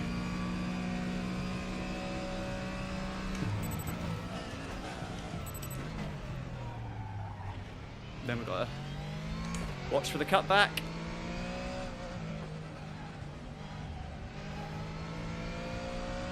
And then we're going to block the inside. No mistakes. Right, come on. Apex to apex.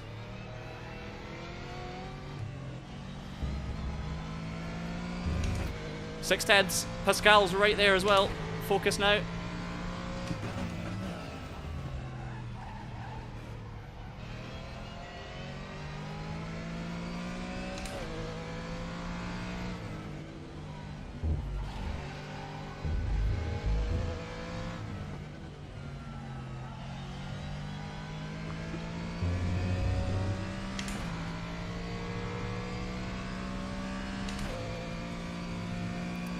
2 more corners to go.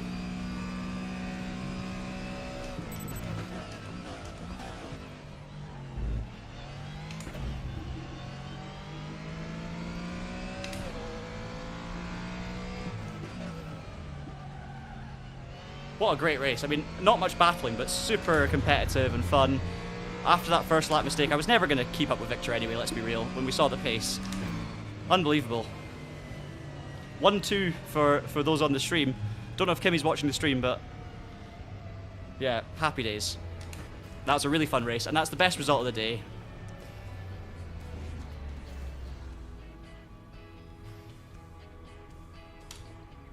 Great race.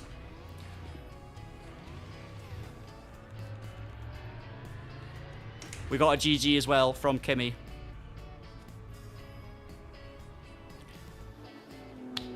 We did it. We've got one more giveaway, guys. One more giveaway before we leave you. John sent. Why is it John sent? It's not. It's John sent it. John I can see sent it. it. John sent it. Yeah. Everyone's changing it to John sent. Translating it immediately. Ah, is that what it's doing? Yeah, it doesn't make sense. Do you want to cancel it and do it again? No, it's fine. They're still showing up. Oh, okay. So that's you only need bizarre. you only need to type it in once, mate. Do you think it censored it because if you add all the words together, it creates a slightly different word? I don't think so. That would be quite funny. Anyway, it's working. As long as everyone who types in as long as everyone who types in !! John sent it also works, then it'll be good. Bizarre, but anyway.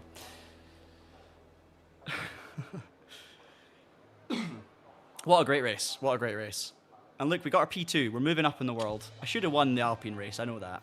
I know I should have. But the reality is, that race there was more competitive than the Alpine race in terms of strength of depth at the front. Like, Larson obviously was uncatchable. And then I had a really good race. I mean, both of us, look at the three of us here, all 25.5. 25.53, 25.52, 25.58, 25.61. So all of us, then there's another 25.5 there. We're very, very closely matched on pace. So P2 really was the best we could have done. And I waited my moment for Kimmy. I stayed there, kept the pressure on, took advantage of the battle when it happened, took the position when we made that move at the chicane. I was really happy with that overtake, and then did it. So great stuff, really fun. Another really fun day on RaceRoom. Like, I'm so happy whenever we stream RaceRoom. I just have such a good time. I say it every time. I know I'm like a broken record. Some of you have listened to me bang on about this for years, but it is it's such a good platform. This is it, guys, though. Last giveaway. ! John sent it, or John Sense apparently works as well. Nah, just John sent it. Oh, does it have to be that? We've got someone repeating, though. 1, 2, 3, Senon. Stop. Yeah. It'll only count once. Same with Kurt X. It only counts once, guys. I've warned him. Oz is going to get the... I can't say that. The The metaphorical baton out. Let's go with that. Rating-wise, I've not really looked at my rating in so long, to be honest. It's 1,941. So we're 15th. Are we 15th in the UK? Let's see. Can we actually view that? We should be able to view that. It's slowly progressed. Right, I'll do one more entry and then I'll call it. Thank you, MP Lewis, or Louis. Thank you so much for joining. Glad you enjoyed it. It's been such a good fun stream. Thank you. Your support and your chat throughout this whole thing has been amazing as well. It's been really, really good fun. Really appreciate it. Thank you, EP5. Thank you, RaceRoom, of course. Potentially, Sierra. I think we're doing a lot of things right now. Like, we're all absolutely flat out. And we cover so many different games. So we have wanted to do those kind of things before, and we have had community events on every so often. There's nothing in the immediate plans, but obviously, like, it goes without saying, we would absolutely love to do that if we could. So depends on how busy we are and how many of us are available to help out. But yeah, it would be good. It would be good. Right. we've got a winner. Raro Xberg. Raro Xberg, we're going to go with. Congratulations, you've won the final giveaway. It's the online racing pack. Ayala of the Mountain, thank you so much for joining for this stream. Well done for winning a giveaway as well. That was amazing. First stream luck. So many people have been watching all of our RaceRoom streams and never won any of our giveaways. So, well done. And I'm really glad. You were here from the start till the end. Really, really appreciate your support. Thank you so much. Go back to the main menu and click profile. Thank you, Kurt. My brain's doing too many things at once. So let's go back to the main menu. Driver profile. So in the United Kingdom, we can't quite see beyond the top 10, but I think we're just sat there in 15th.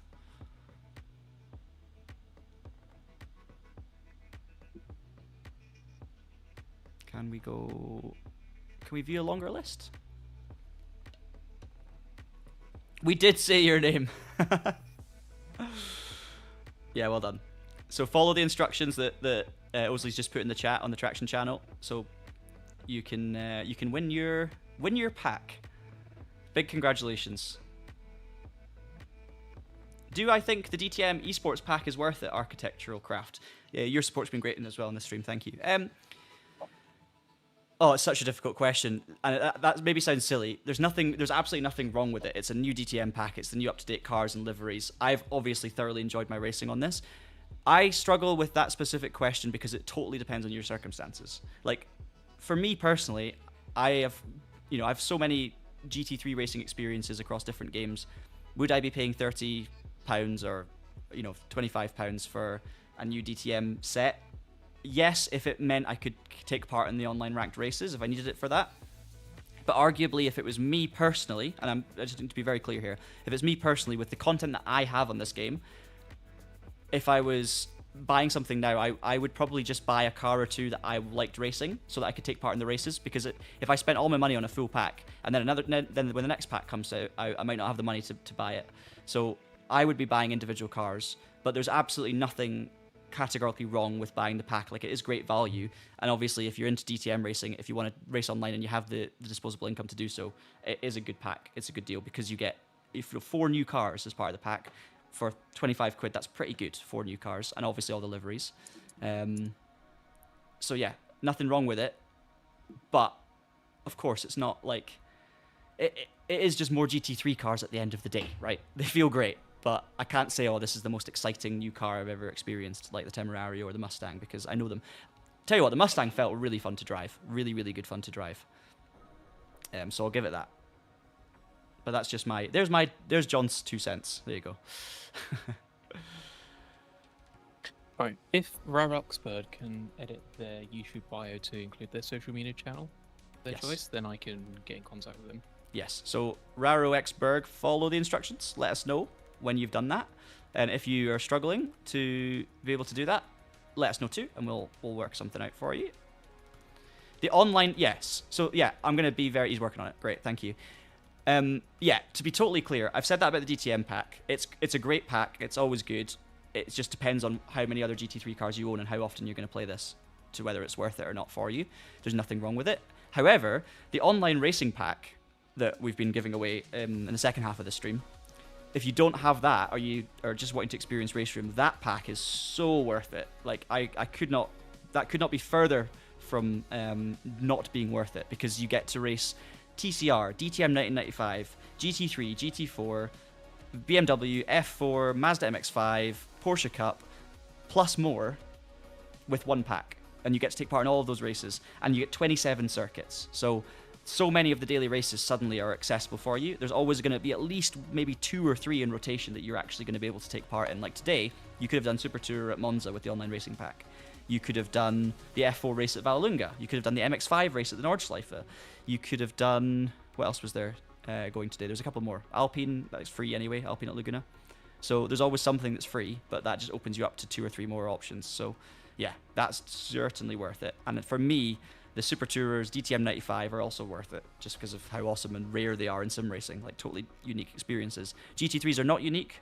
The Temerario is for the time being, because RaceRoom is the first sim to get it, so that's really cool. And obviously it's a modern, up-to-date licensed GT3 pack. And DTM packs on RaceRoom, the modern ones, are actually the most popular RaceRoom DLC, which is surprising to me. I thought, because GT3s are so ubiquitous, I thought the strange, unique, interesting stuff would be more popular, but it turns out DTM packs, like modern DTM packs, are still the most popular. So there's a reason for that. So there you go. There you go.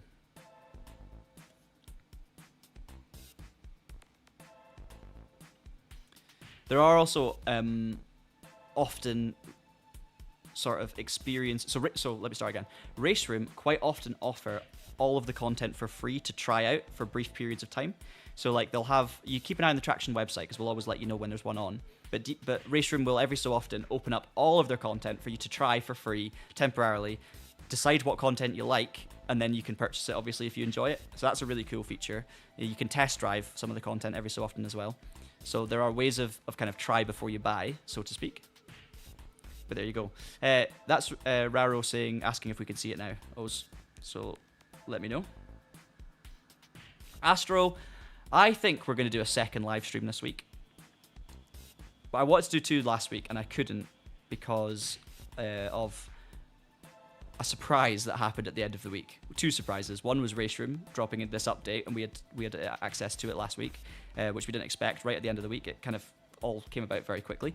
And then secondly, BeamNG.drive dropped an update out of nowhere. Now, we've done a video on that update, and it is a massive update. It's like the first update for BeamNG.drive in 8 months, and I focus specifically on the rally loop element because they've added a first ever gravel rally loop on BeamNG.drive, and they've added in AI competition, so like a leaderboard that shows you where you finish versus AI drivers, and made a few other tweaks. They've got a professional co-driver, Alex Kiruani, doing pace notes as well. So BeamNG had a big update. I decided instead of doing an extra stream, we would do an extra video that wasn't planned or expected, and that video has popped off, guys. So Osley edited that on Friday afternoon. I recorded it on Friday morning, and it got like 110,000 views over the weekend. So like our subscribers, our non-subscribers mostly, loved that video. It went everywhere, so that was really good to see. And it just shows you how much appetite there is out there for BeamNG and rallying and things like that. So that's why I didn't do 2 streams last week. This week, at the moment, I'm planning on doing 2 streams. So we should do another one later in the week. And I do have an idea of what I'm going to do for that stream. So we'll keep your eyes peeled, let's just say. But anything can happen. So if things go crazy again, say for example, like a really popular game drops a surprise update out of nowhere, maybe we test that instead. Or maybe we do that on stream. We'll have to wait and see. But yeah. You can tune in soon. And of course, we've got the DTM esports finale coming up soon as well, which is taking place live at the DTM race at the Nürburgring. And there's 2 events that make up the DTM esports final. We've been broadcasting the season up to date as well, so you can catch up with all the pre-final rounds on the Traction channel and of course the official DTM channel as well. And the final, yeah, it's going to be great. I can't wait to see how it all goes. It's going to be a blank slate at the championship as well. So every driver that's qualified for the final goes in on the same score of 0 points. And there's $75,000 or euros of prize money up for grabs. So that's going to be wicked. Just to check, Oz, have you managed to get in touch with Rero? No, Oz has passed away. Oh, Oz has actually passed away. Okay, he's saying we've got you, Rero. So I think we're good. Let me just make sure before I leave you here. I'm not going to abandon you while you're still wondering what's going to happen. We might just need to. We'll get back to you very soon. So don't worry. But I'm just going to make sure I've got my own copy of it, just so I know to contact you if we need to. But we will get that to you soon. Osley's had to nip away for a second, so he's probably just had something important to briefly attend to. So I'm just going to do it myself for a second.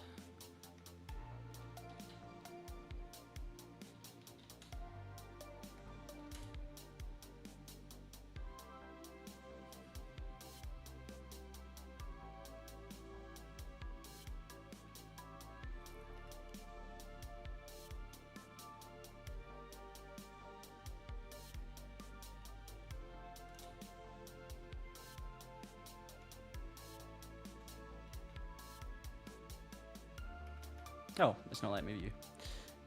Excellent. It's going well. It's going well. Oh, there we go. Here we go. I'm getting there.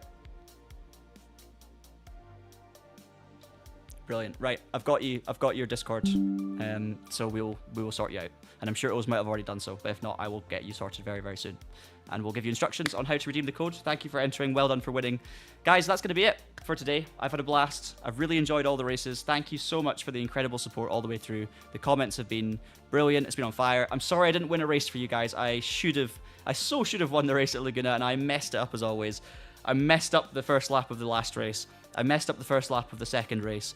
And I think I did fine in the third race, and the first race I messed up a little bit. So yeah, it's been a normal sort of day for me, but hopefully it's been enjoyable.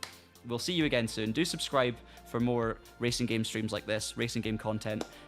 We at Traxion try and put out a video every single week, but quite often we'll put out more than one video. We'll do streaming as many weeks as possible as well. So if you want to get your latest racing game fix, you can keep an eye on the channel, subscribe, hit the notification bell. And we do, of course, also have our website, TraxionGG, where you can get all of the latest racing game and sim racing news, reviews, features, all the information you like. Anything that happens in the world of racing games and sim racing, we will cover it on the TraxionGG channel. It's a small team, but we do our best to cover absolutely everything. So very much appreciate you guys. We'll see you again soon. Until next time, goodbye.